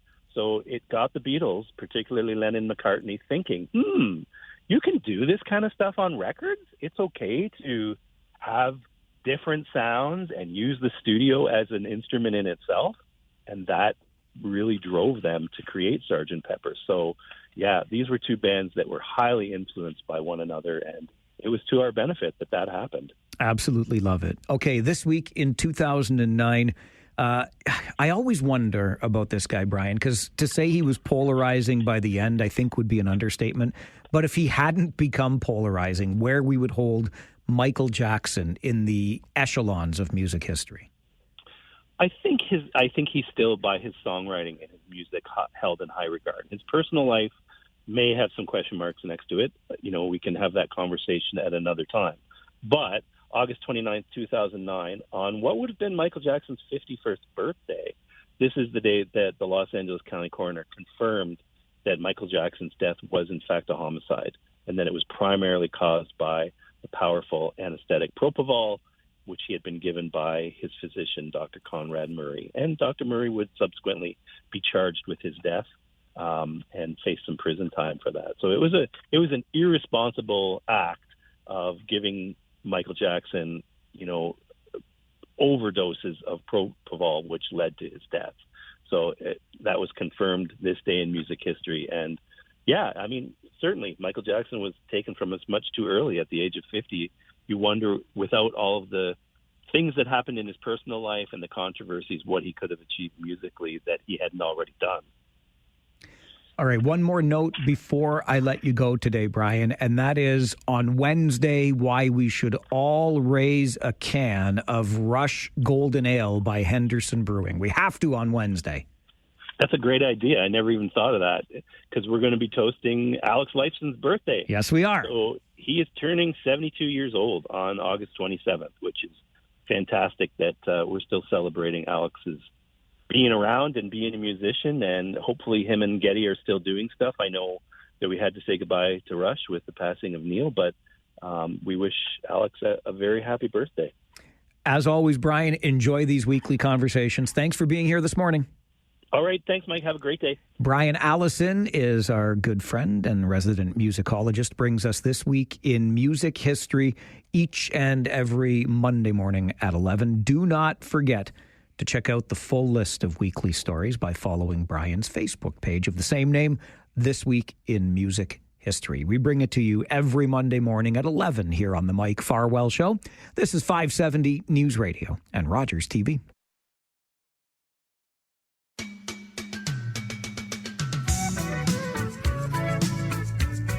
On Monday mornings, we go from This Week in Music History at 11 into Drewe's Views with our good friend David Drewe at 11:30. And I'm so glad that David is talking about or wants to talk about this one particular issue, because I feel as though I might be the only one that wants to talk about this one particular issue. And I know that I will get called a Scrooge when I share my perspective on this particular issue, but dang it. The numbers, they just don't work for me. Anyway, we're going to get into that in the next 30 minutes with David Drewe. We're also going to talk about by-elections. Oh, yeah, Pierre Poilievre did very well. Now, what kind of Pierre Poilievre comes back to the House of Commons to oppose Liberal leader and Prime Minister Mark Carney and our federal Liberal government? And what is it that is preventing us from getting homes built in Ontario? We'll talk about all of that as David Drewe joins us for Drewe's Views, which is coming up right after this update from the 570 News Center. Stay with us as we continue the conversation this morning on the Mike Farwell Show. 570 News Radio. Has anybody heard from Crazy Dave? Has anybody heard from Crazy Dave? Has anybody heard from Crazy Dave? I haven't seen hide nor shaggy head of that boy in 4 years. But you'd know him if you met him. Played harmonica like the cat lost his balls. Yep, Crazy Dave. Had a toothy smile as big as my hand. Always chewed on a toothpick or a long blade of grass, drank from the bottle, rolled the worst cigarettes, was impervious to insect bites. It's one of the best damn tree-planting highballers east of Prince George. That is our friend David Drewe, owner, Negotiating Change, Government Relations and Stakeholder Engagement Strategies. He is also a former Conservative Party staffer and joins us in studio each and every Monday morning at 11:30 for David Drewe's Views. Good morning, sir. Good morning. Before we get to the hard news, yes, can I just throw one little thing at you? Of course you can. YouTube search Sting's acoustic cover of God Only Knows. Oh. It is, oh my gosh, the first time I heard it, it was just hauntingly beautiful. So I toss that out to you and the listeners that if you do like that song, the Sting cover is an interesting cover of it. It's not like an absolute horrible imitation. It's not a horrible reinterpretation. It's just a beautiful guy in the guitar doing that song. I was reminded during This Week in Music History how much I enjoy God Only Knows as a song. So I will definitely Google Sting's acoustic version on YouTube. Thank you for that. Let's dive right in because there is much to discuss, including the relatively good week for the Conservative Party leader. Yeah, well, we were expecting Pierre to win the by-election, and he won it in the range that we were expecting him to win at. You know, it's no kudos to him for setting records. It's, you know, no failure on his part for hitting a low range. It's just, it is what it is. But Abacus came out with a poll last week that has the Conservatives in the lead and has them in the lead on every issue except climate change and Trump. Are these things connected? Is the fact that Trump is no longer talking about 51st state bringing that issue lower in mind for Canadians than it was? Is it the fact that all these other countries are in the exact same boat as us that makes us going, maybe it's not a Trump thing, maybe it's not an us thing, maybe it's a new world thing and we have to adjust to that new reality? But Conservatives are still leading on most of the pocketbook issues that mattered before Trump came along. And they seem to be picking up some ground in the polls. And now this could just be a rogue poll on the numbers, but it does seem like they are gaining some traction. At the very least, you know, they are gaining from where they were. They might not be in the lead. And frankly, the number of times Conservatives have been in the lead on the vote count and still lost in the seat count, it doesn't really matter sometimes. But it's going to be an interesting fall session of Parliament because there is going to be a whole lot of reason for Conservatives to feel a lot of wind under their sails, not just the fact that they want a by-election, but the polls are starting to swing. That's really interesting to me because just last week we were talking about the general support for Mark Carney, especially I think in Alberta. Said it wasn't a honeymoon anymore. It was an ecstasy trip. Absolutely. Yeah. And then you talk about the fall session, the game changer for me, because really, I think we could argue, and you and I probably have, that much of what the Liberals under Mark Carney have adopted are at least progressive conservative principles. So I think this just means that much more hinges on the budget. Bring me a budget. Well, the other thing about the budget, though, is it's then going to fall on the Conservatives to figure out at what angle are we attacking from. Exactly. And I can tell you, they're going to go after the size of the deficit. So what are you not going to spend the money on will become the government's automatic response. And, I don't want to go too much further down that argument until we see the budget. But you can sort of see how, even though I am not going to like this deficit number at the end of it, I am trying to look at, well, where would we cut money? Well, it's not going to be the military because, well, we have treaty commitments and people are finally expecting us to live up to them, so we can't be the laggard at the table anymore. Okay, well, transfers to the provinces, well, they're off the table. Transfers to people, well, apparently they're off the table too. I think I could be trying to find some cuts, but I have no idea that I would ever be able to find enough cuts to make myself happy with the number we ended up with. So I'm not sure what the reasonable path for Pierre Poilievre is going to be to criticize this spending when so much of it is being dictated by this tsunami of change coming from south of the border. And I think that deficit number I saw last week, over 60 million now. Billion, thank you, sorry. That was a terrible misspeak on my part. But honestly, the only way I would believe it's at 60 billion is if that's for 3/4 of the year.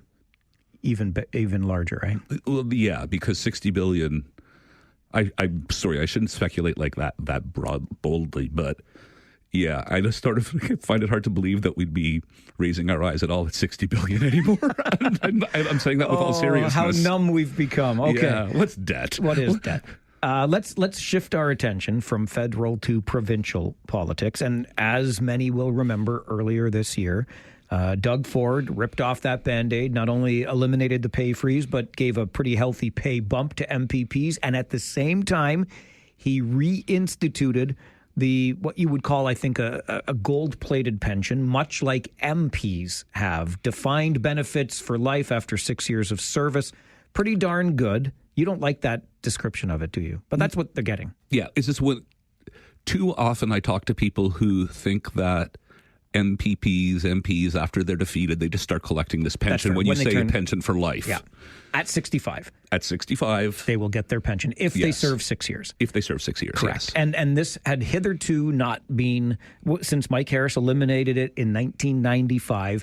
And what the province was doing, I think is still important to point out, was 10% of one's salary as an MPP was put into retirement savings, like an RRSP, whatever, just like most of us average Joes and Janes do. But here's the part, and I'm glad you want to talk about this. Retroactive pensions for provincial politicians, David? Yeah, and first to be clear on the pension idea as a whole, I'm not terribly against that. I don't understand why we would give pensions to civil servants at a provincial level, but not to MPPs. I mean, they're civil servants in a different sense as well. They're just elected rather than hired. They're not unionized, so we can take away their pensions when we want to, but I can see that. A defined benefit pension plan, yes, it's very fair to call that gold-plated. It is very fair to call that gold-plated. That's a unicorn nowadays. But yeah, there's a pile of retired MPPs who are calling for this to be applied to them. And okay, first of all, I don't think this is going to have any traction at all beyond the media people who are like, oh, what a novel story. But can you imagine anybody else saying, oh, they got something that we didn't. So, like, we should get it. Can you imagine pensioners going on strike because they didn't get the pay benefits that just got achieved in the latest collective bargaining agreement?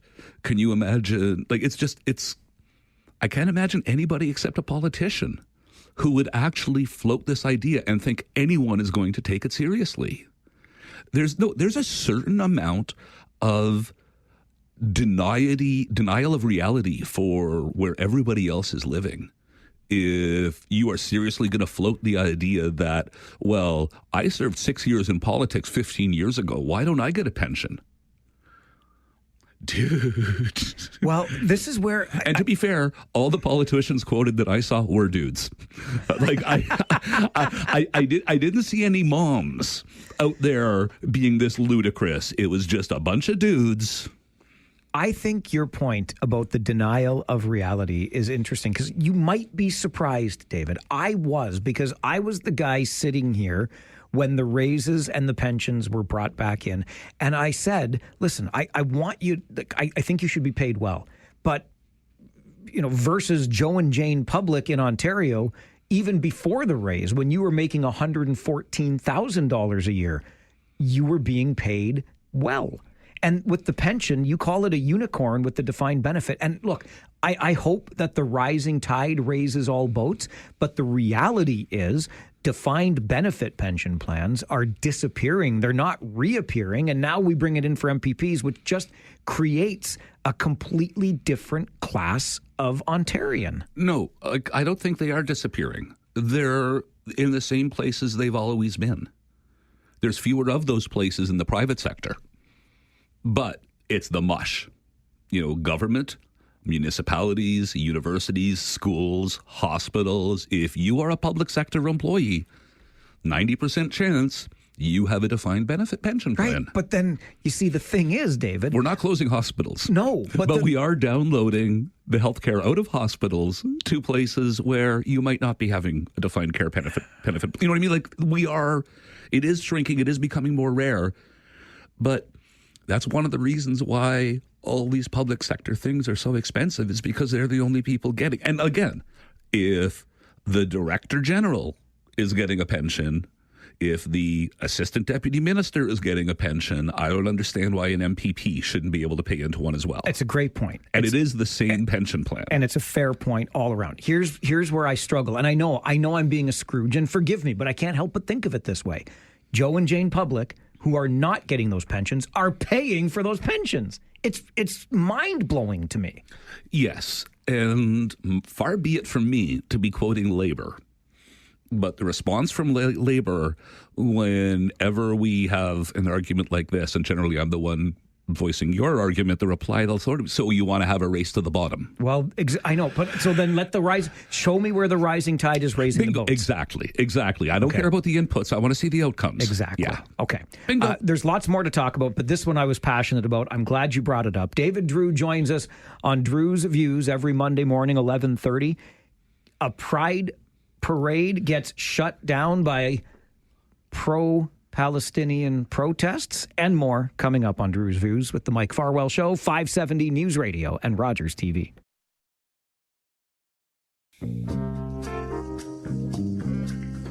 Every Monday morning, 11:30, David Drewe, owner, negotiating change, government relations, stakeholder engagement strategies, and a former Conservative Party staffer, joins us for Drewe's Views. And oh my goodness, they wanted to just have a pride celebration in Ottawa, David, but it got shut down by protesters who claim, and I will just editorialize there, claim to be pro-Palestinian. So who's punching? Are they punching up or punching down? By canceling a pride event? Well, yeah, that's just it. Like, the Palestinians, sure, they're protesting something that's kind of legit to protest, but this is, okay. Do you remember how Nikki Ashton, the former NDP MP, used to always describe herself as an intersectional feminist? I do. And you understand the theory of intersectionalism. It's that when you have more than one minority status, that the complications just multiply. Like, it's one thing to be a woman, it's one thing to be black, but when you're a black woman, you have intersections. So this is where it gets just really weird, is when you have the Palestinian protesters and a pride parade. And at what point should a pride parade fully embrace the Palestinian protests' ideals? And at what point should the Palestinian protesters feel excluded to the point of protesting for their issues not being recognized? And I have my exact opinions on the subject. But mainly, I just wanted to bring this up because, oh my gosh, gay rights versus the genocide going on in Palestine? Hey, there's a couple hot button issues for the call-in. Enjoy, Mike. You're welcome. Intersectional pride event is what it is. Well, seriously, though, I do not know at what point it is fair to use, no longer fair to use an event as a prop. I think that's really what this was. The Palestinian protesters were using the pride parade. Well, obviously they're not going to, so we're going to. And they got headlines for it. Yay, victory, battle won. All right. Speaking of victories or the lack thereof, you are not exactly thrilled with the Ontario Premier's record on housing. By the way, housing starts are up 9% in Canada. Isn't that amazing? That's really good news, isn't it?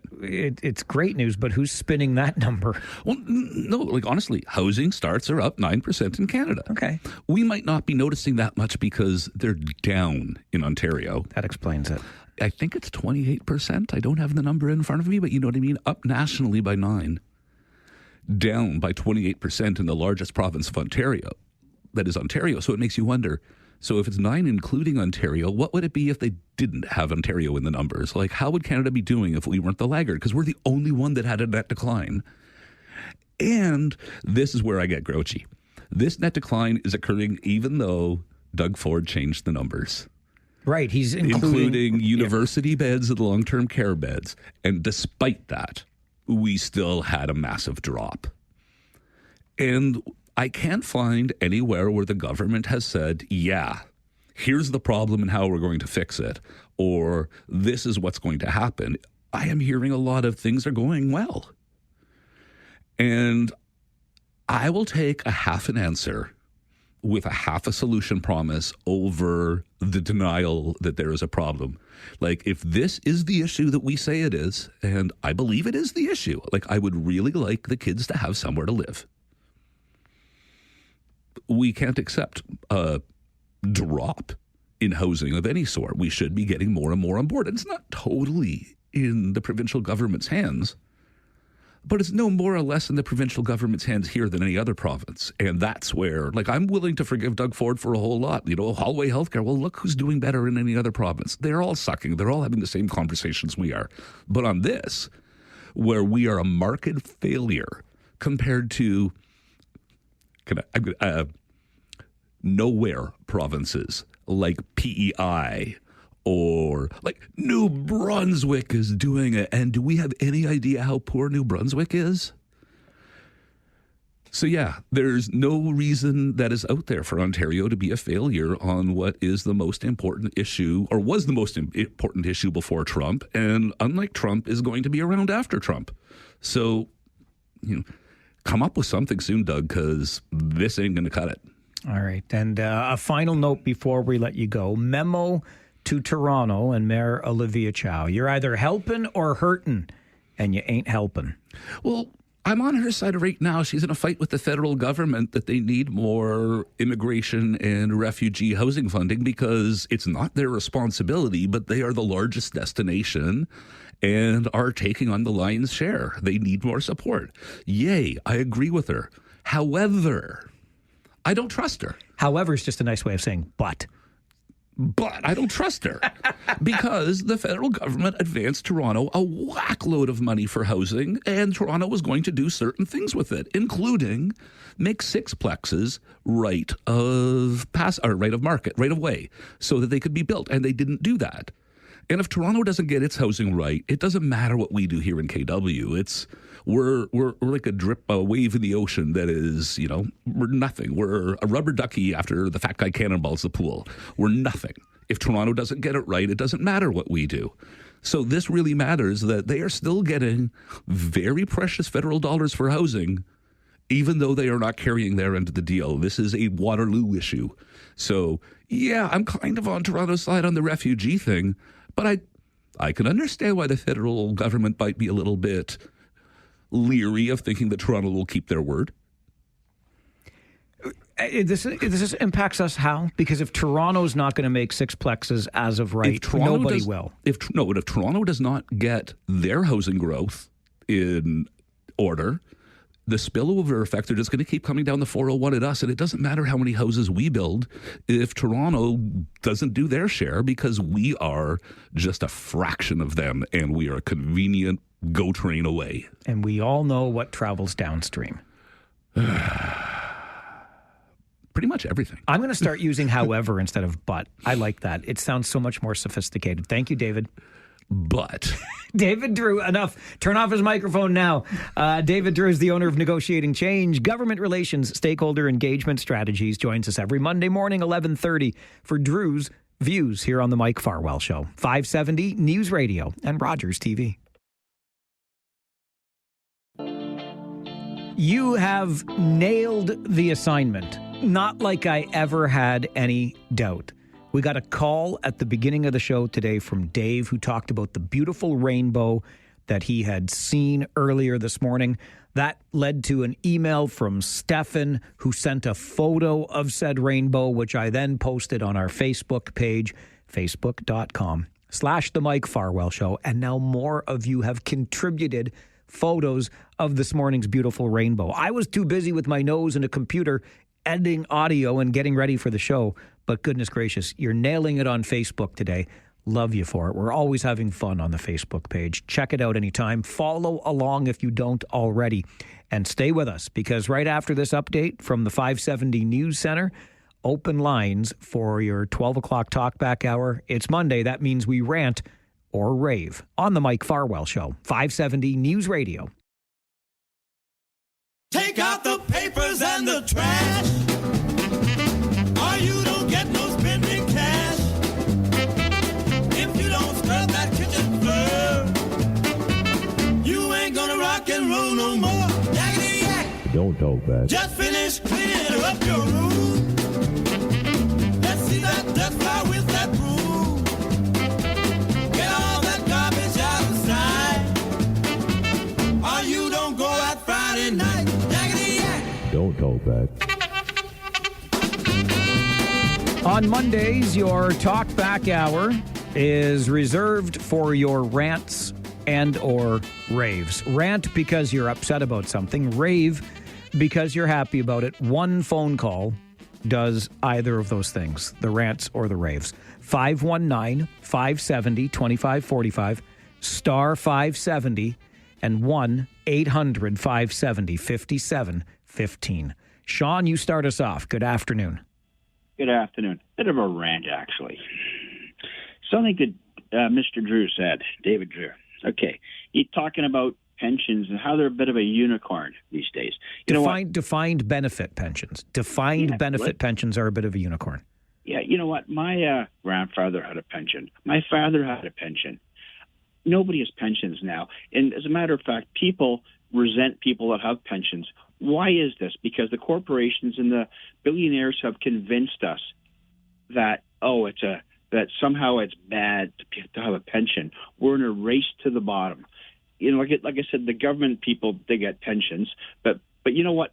Everybody used to get a pension. If you worked for a big company, you used to get a pension. But people have been convinced that they shouldn't have a pension. You know, it's a bad thing. Like if you work your entire life, you shouldn't have to be a professional trader in stocks to earn a pension. A regular guy should be able to work 40 or 50 years and get a pension without having to be a professional investor. I'm sorry, I think that's wrong. You should get a pension if you work your whole life. And you shouldn't have to work for a government, or you should just work for a company. And I just think it's wrong the way we are now. Sean, I really appreciate that call and that perspective. And you know what? I don't disagree. Many in this community will fully understand, right? Because they may still be living off of the survivor's benefit or some form of the pension from the Uniroyals and the BF Goodriches and the Eptons and all of the other manufacturers in this community that were longstanding jobs. How about Schneider's as another example that came with pensions? And I struggle with this because I think a company that benefits from your labor and will continue to benefit from the company that you helped build it into before you left, I don't think there's anything wrong with providing that.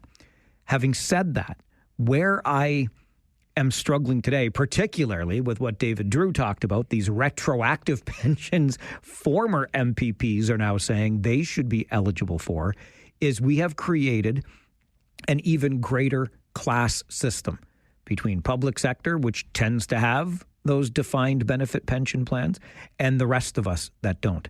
And in my working life, because I'm past the era of those regular pensions that seemed to come with virtually every job, I think that what had been done since Mike Harris eliminated politicians' pensions provincially was pretty darn okay. 10% of your salary as an MPP was put into a retirement savings. You could obviously put some of your own in there.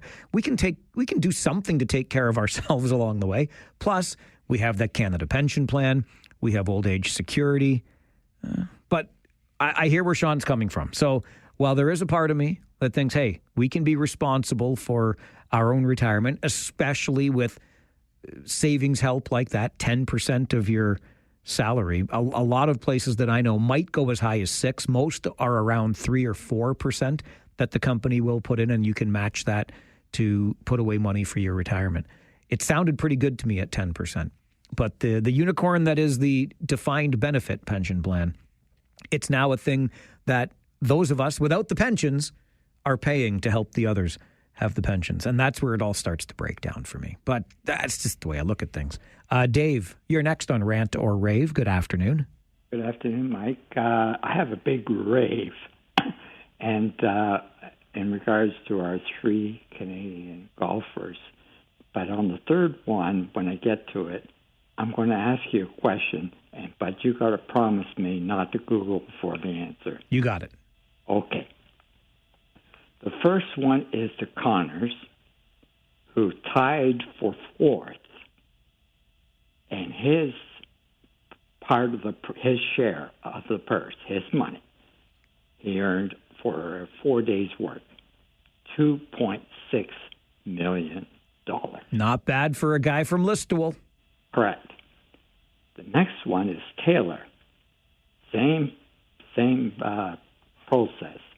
He tied for 19th, and he won $452,000. Tied for 19th. Now we get to the number 1 golfer in Canada, who won huge event in a prestigious golf course, Mississauga Golf Course. I'm asking you, without Googling, what her share prize money was. I'm going to guess it was even less than that 19th place, $400,000 plus finish. So I'll say $100,000. Oh, it was less, but it wasn't that.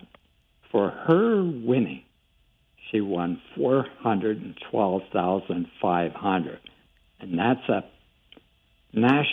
our national championship, and on a prestigious Mississauga golf course, $412,500. Have a great day, Mike. Thanks, Dave. I hear where you're coming from. And didn't the women tennis players win this battle in tennis? Pay them. It's the same ding-dang sport in the same ding-dang stadium with the same ding-dang spectators.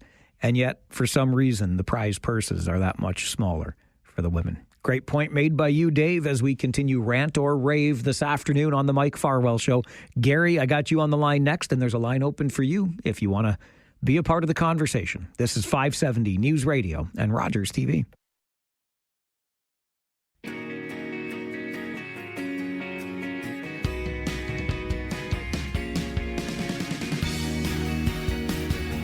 We open up the phone lines every day between noon and 1, so you get the chance to have your say. On Mondays, it's rant or rave. You rant because you're upset about something. You rave because you're feeling good on this Monday afternoon. Gary, you're next. Good afternoon. Hey, Mike. How are you? Great, thanks. How are you? I'm doing great for a Monday. Attaboy. I just wanted, and hopefully my beloved is listening. I sent her a text message. Hopefully she got on time. But I just wanted to give a big rave shout out to my lovely better half, Heather. She managed to get 4 free tickets to go to the Argo game, which included the admission to the CNE as well. And my first time being at the BMO field, it was just amazing. And I don't know if we brought the Argos good luck, but man, did they ever do well. 54-34 for the BC Lions. So they played extremely well.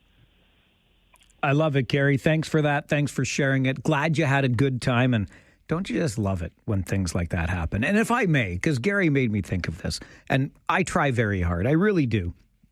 And if you ever disagree, you just let me know, because you got to keep me accountable. But I try not to brag. But when you talk about, things that your beloved does for you, so Gary's beloved gets the tickets to the Argos game.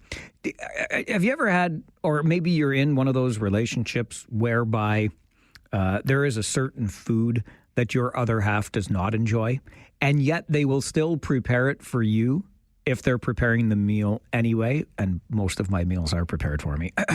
Sorry about that. But here's the thing. I love me a piece of salmon. I love salmon. One of my favorite proteins of all. Certainly my favorite fish. My beloved cannot stand it. But what did I get last night for dinner? That's right. Salmon. She just makes something else for herself. But I get the salmon because I love it so much. That makes it a good Sunday. I can't believe I even came to work today. My weekend was so ding-dang good. Holy Hannah. Bob, you're on Rant or Rave. Good afternoon. Hi, Mike. How are you? I'm good, thanks, Bob. How are you? I'm well. Good. Yes, I got a appreciation for our female athletes this month. Brooke Henderson winning the CPKC. Shout out to Aphrodite Dang, 15-year-old amateur who led the CPKC the first day and ended up the 20th. Victoria Mabuko, who won the National Bank Open. Melissa Humana Paredes and Brandy Wilkinson won their back-to-back international beach volleyball in Montreal. And, of course, we can't leave out Summer McIntosh. Boy, you can't forget her. She won't let you. No. Great stuff, Bob. Really appreciate that. Celebrate those female athletes. And I'll add to it, although she hasn't won anything this month, but Lauren Gable, Kitchener's own, hockey star, couple of Clarkson Cup, a couple of NCAA championships with Clarkson, and has re-signed for another year with Boston in the PWHL. So Kitchener's own Lauren Gable continues to make us proud on the ice in the sport of hockey. So I'll just add that to Bob's excellent list of female athletes doing big things this month. A couple of raves come in via email today to Mike at 570news.com. Missy wants to say a rave to the region of Waterloo for the alert we received yesterday for the missing senior in Waterloo. Missy received it by both text and email and was so happy to see that the man was found safely within an hour of the alert going out after having been missing for 24 hours. A great use of the service, says Missy, and that's an excellent point. I received the alert as well, and yes, it was a very happy conclusion to the story. And Byron's email to Mike at 570news.com.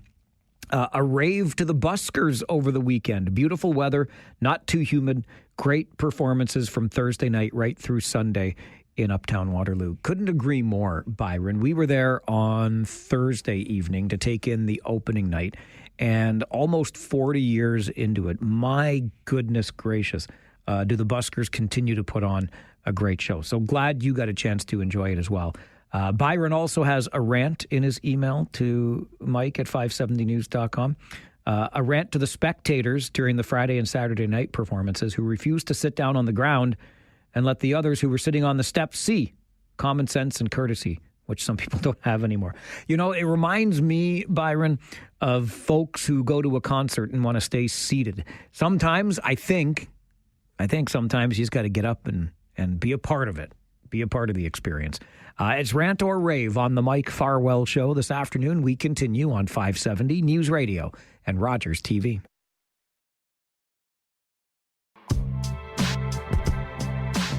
A busy Monday on the phones. Let's get right back to them. Penny, good afternoon. Good afternoon. It's number 80 Penny here. How are you? Farwell's Force member 80. I'm great, Penny. Thank you. How are you? Good, good. I'm calling with a rave today. I recently witnessed Waterloo Regional Police made several arrests in my area, and I watched the whole thing. It took a couple of hours, but they were very professional, calm. No one got hurt. Everyone was treated with respect, and the arrests were made without incident. And I just wanted to give them a shout out for that. Thanks for doing that, Penny. Really appreciate it. It often goes underreported and underappreciated, I think. And when we talk about policing, it's often about the negative interactions that happen. Let's be honest, if you're encountering a police officer, it's probably not your best day. But the vast majority of interactions go exactly the way Penny just described. It's great to hear. The other ones make the headlines, right? So great job, Penny. Great rave for this Rant or Rave Monday. Alan, you're next. Good afternoon. Yeah, good afternoon, Al. I've got a rant. I hope I can do it all in a short period of time. Get right to it then. Okay, it's quick. Or it's quick as I can get. My wife and I were talking a long time about getting a mattress, replacing our mattress. But then the incident happened, and she ended up in hospital for a month. So she came home, and then we decided we will get single beds because I don't sleep. I have anyways. So we decided that neither one of us could go out and shop for mattresses. So we got our sister-in-law to go out and look around and shop for mattress, and she went. Let's leave the business name out, please. Yes, and and so she said, this company has mattresses for sale. So my wife said, okay, you get the size of the mattress and that, and they said they use the online aspect of their service. So, okay, so we asked the sister-in-law to get the measurements, get the size and the mattress number and all the ball of wax that we needed, and we'll order it online. Okay, so we did that. And then we're sitting there waiting for some confirmation that the mattress was on our way. And so my wife phoned the online place, and they couldn't find our application. So anyways, we screwed around with that for a bit, and then we still didn't get our mattress. And so she phoned again, and she got a nice person on the phone, and she told him the problem, and he said, okay, he found our application. Okay, so we'll be getting our mattress in so many days. So we were sitting there, and the mattresses showed up. All right, and Alan, it just happened to be the. I have to get to a news update. I'm out of time now. You want to hang on till after the news? Yes, I figured I'd be too long. Okay, so you ordered your mattresses online. That's right. Now they have arrived. So hang on, we'll finish the story. Okay, all right. Thanks, Alan. We're going to get there, and Alan's going to tie a bow on this for us because the mattresses, as I understand, have now arrived. I feel though like there might be a problem with them. Rant or Rave continues on the Mike Farwell Show. Okay, we are going to try to get to the bottom of the mattress story, and I don't mean the box spring. Okay, so Alan, listen, you went to buy a mattress, you had to buy it online, it didn't come right away, but then you called and it's been delivered, and I'll just have to ask you to get to the point of the story because we got other callers. Okay. And then I noticed on the mattress it had a ridge running from top to bottom. And I told my wife, it's got a ridge. No, she couldn't see it, but I could. Anyways, a couple of days later, both the nurse and my wife laid on the mattress, and they could feel the ridge. So we phoned Anyways, we phoned the people on the online, tell them that we have a problem with the mattress. So they said, okay, we want pictures. Now, why should we take pictures when they should send somebody to look at the mattress? Alan, did you get a new mattress? Did you get it sorted out? Well, no. No, we did. Well, we did, and we didn't. In other words, everything, when the inspector looked at it, he said, yes, I see the ridge there and that, and the box frame is warped, okay? So we phoned... Alan, do you have a bed to sleep in tonight? I do. Okay. But I'm just telling you, yes, sir, that this company I wouldn't trust with my life. Well, it sounds like they fixed the problem. It just took a while. They didn't fix the problem. No. So you went to a different place. Did you go to it? Just wait, Mike. We paid on sale prices. Okay, so when we finally got to the bottom of it, my wife was talking to the man that she had been talking before. And he said, okay, we'll send you the new mattress, but it's going to cost you $200. That's the new price because it was on sale then and now it's not on sale. So we had to pay the difference. Gotcha. Also, we went with the comfort guarantee. Okay, Alan, honestly, I'm so out of time here, sir. Sir, I'm begging you. I'm begging you. This is the whole thing. What's the whole thing? Then they said it's going to cost you $100 for the comfort guarantee. Also, administration fees of $60. So it cost you more than you wanted to spend. That's right. Okay. And I wouldn't go to this company if it was the last place on earth. Alan, I thank you for the call. Yeah. And I'm so sorry. Like, if you ever wondered if this show was live, now you know. It's real and it's spectacular. I understand the frustration. I'm not very good at using online things either. It sounds to me, though, like there was a satisfactory conclusion to this, other than you had to spend more than you had hoped to spend. And I truly would have put my foot down on paying the extra, for sure. Price that I originally paid was the price that should have been honored. Needless to say, Alan will never use that company again. And that's fine. That's your right as a consumer. Nate, how are you going to top that? Is this Gold Hawk? Could be. Good reference. I like that reference. Yeah, you remember I remember that? Dale Goldhawk on CTV. Yep. He was the consumer, like he would help you out. Oh, absolutely. Yes, I actually he would. talked to him once. I wish I could help Alan more, but I think I forgot the beginning of the story. Yeah, I kind of got thrown off of what I was even going to talk about. Okay, so a rave. I want to give a rave to the friends and family that joined me to go see my favorite band for the 10th time in Toronto on the weekend. 9 Inch Nails. You got it. Better than Oasis, that's for sure. Fair enough. Yeah, and a bit of a rant. I was at the cottage, and I heard that there was that you were talking about the Green Party last week at some point. I was. Elizabeth May is stepping down. There's no leader. There are no MPs besides her. And I'm thinking, Nate, come on. I know you ran as a candidate, but what in HE double hockey sticks is this party even doing? Yeah, it's concerning. I'll admit that. Yeah, it's I don't know. I just heard that you're kind of throwing some shade or beef towards the Green Party. Well, I'm just being honest about it. I'm just trying to figure it out.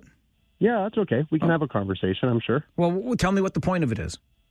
Well, it had a point, but it seemed to be, in the last election, kind of devastated everybody. What's Especially that? with Mike Morris losing his seat and whatnot. That really hurt. But you're not, like, what's the point of the party?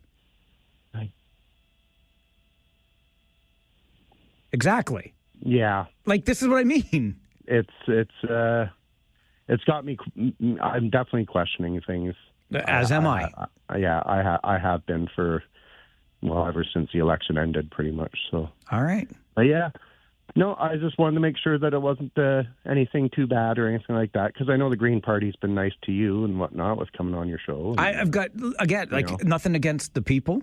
I'm just wondering when they always put their platform out first, and it's costed because there might be some stuff in there that some people would be laugh at, but I don't know. We seem to have kind of lost our way. All right, and it doesn't help when you have the same leader all the time. Well, now you're going to have a different leader. Great, but yeah, well, I get to see who that prospect might be, and that might help make me make a decision. Okay. So, yeah. All right, Mike. Thanks, Nate. Hey, we'll talk soon, and go Jays. Go Jays. I'm just loving my day today. It's nothing against the people. Mike Morris was one of my favorite local MPs in recent history. It's nothing about him. Elizabeth May was also always generous with her time.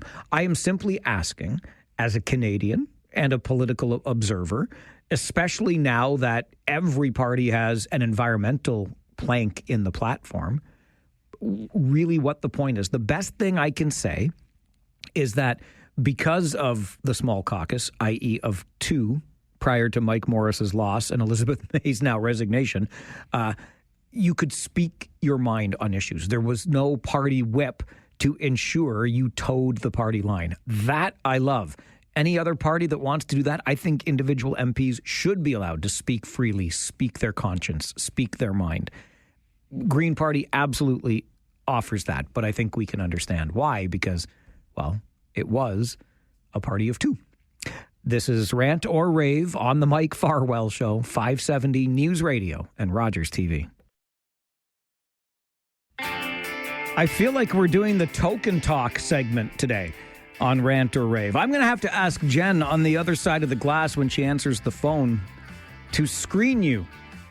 And I don't just mean in the what's your name and what do you want to talk about kind of way. You know what I'm getting at here. We have to a little pee in a cup before we come on the air today or something like that. Let's just continue taking our chances today. James, you're on Rant or Rave.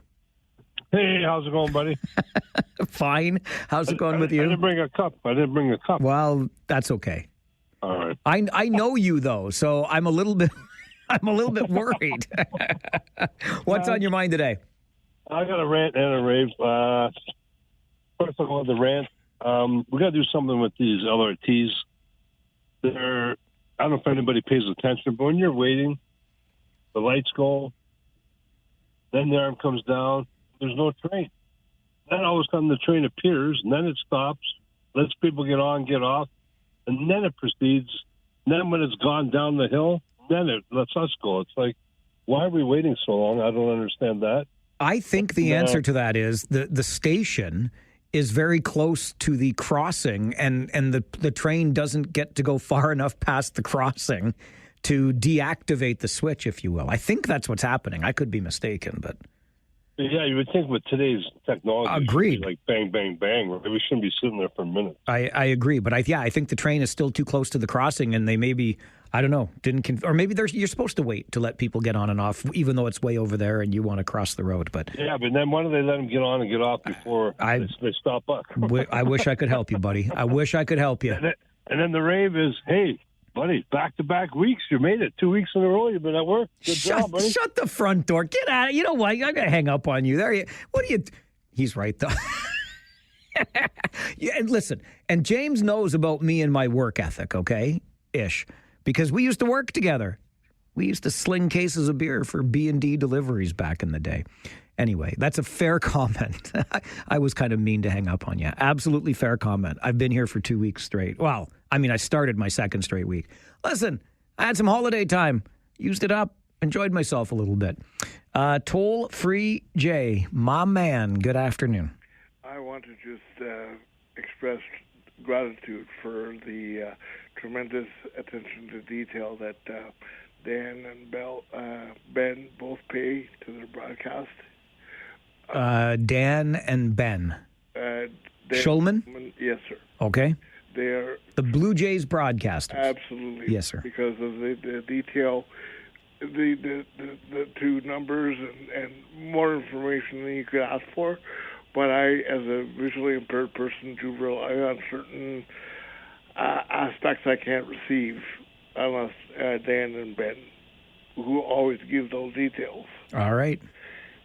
Every day, all the time. Thank you. Thank you, Jay. I'm glad to hear it. I'm glad to hear that you enjoy Blue Jays baseball on the radio, because I sure do, too. Had it on in the backyard yesterday. I want to go to an email I got from Mark to Mike at 570news.com, because this touches on one of the big stories that we covered today, which is the ruling that will prevent our regional government from evicting any more people from the encampment at Weber and Victoria, at least until November, when a full judgment is handed down. And it is my belief, and I don't mean this to be sarcastic or unkind in any way, but I think that just the way these rulings have gone and the depth of the problem that we're trying to solve, I believe that encampments are just going to become a part of the landscape, neighborhoods in our communities. I don't see how, when we are trying to meet each individual and their specific needs, we can possibly, in any near term, find a way to adequately house about 2,400 people. And Mark's email to Mike at 570news.com says, Canada's Charter of Rights became part of our Constitution 43 years ago. If the people that put it together had even dreamed that in less than 50 years we would have gone as far left as we have, we can't stop someone from pitching a tent on our front yard. Hell, if we fight off an intruder, we can be charged with assault. We are rewriting history from over 100 years ago based on our 2025 lenses and accepting it. And some would say that's exactly what we should be doing through the modern lens, right? But Charlie gave us a call earlier today, too, when we were talking about the Huron Natural Area and some industrial development that's going to be happening right beside, directly next to the Huron Natural Area. And folks living near there and who love the natural area are a little bit worried about the impact this industrial development, 40 acres in size, will have on the Huron Natural Area. And Charlie, kind of going back to the encampment situation, had a solution. I have a perfect solution for these people that want to protect it. And you can get that previous lawyer on that you had on before. Set up a tent somewhere near that development, throw a bunch of shopping carts around, some dirty needles and a bunch of litter, and then have a court injunction. They won't be able to touch that for years, Mike. Well, I mean, it's tongue-in-cheek. It's definitely sarcastic, but this is the sentiment that many feel today. If you could just convince some folks who are not currently housed and say, this would be a great piece of property to set up a tent. Based on the court rulings, it's going to be awfully hard to begin that industrial development. We want the encampment cleared at Weber and Victoria so we can build a transit hub. You want the industrial development? Well, folks have now laid claim to that land. I don't know. These are the challenges that we face today. They're real and they are significant. It's Rant or Rave on the Mike Farwell Show. We continue 570 News Radio and Rogers TV.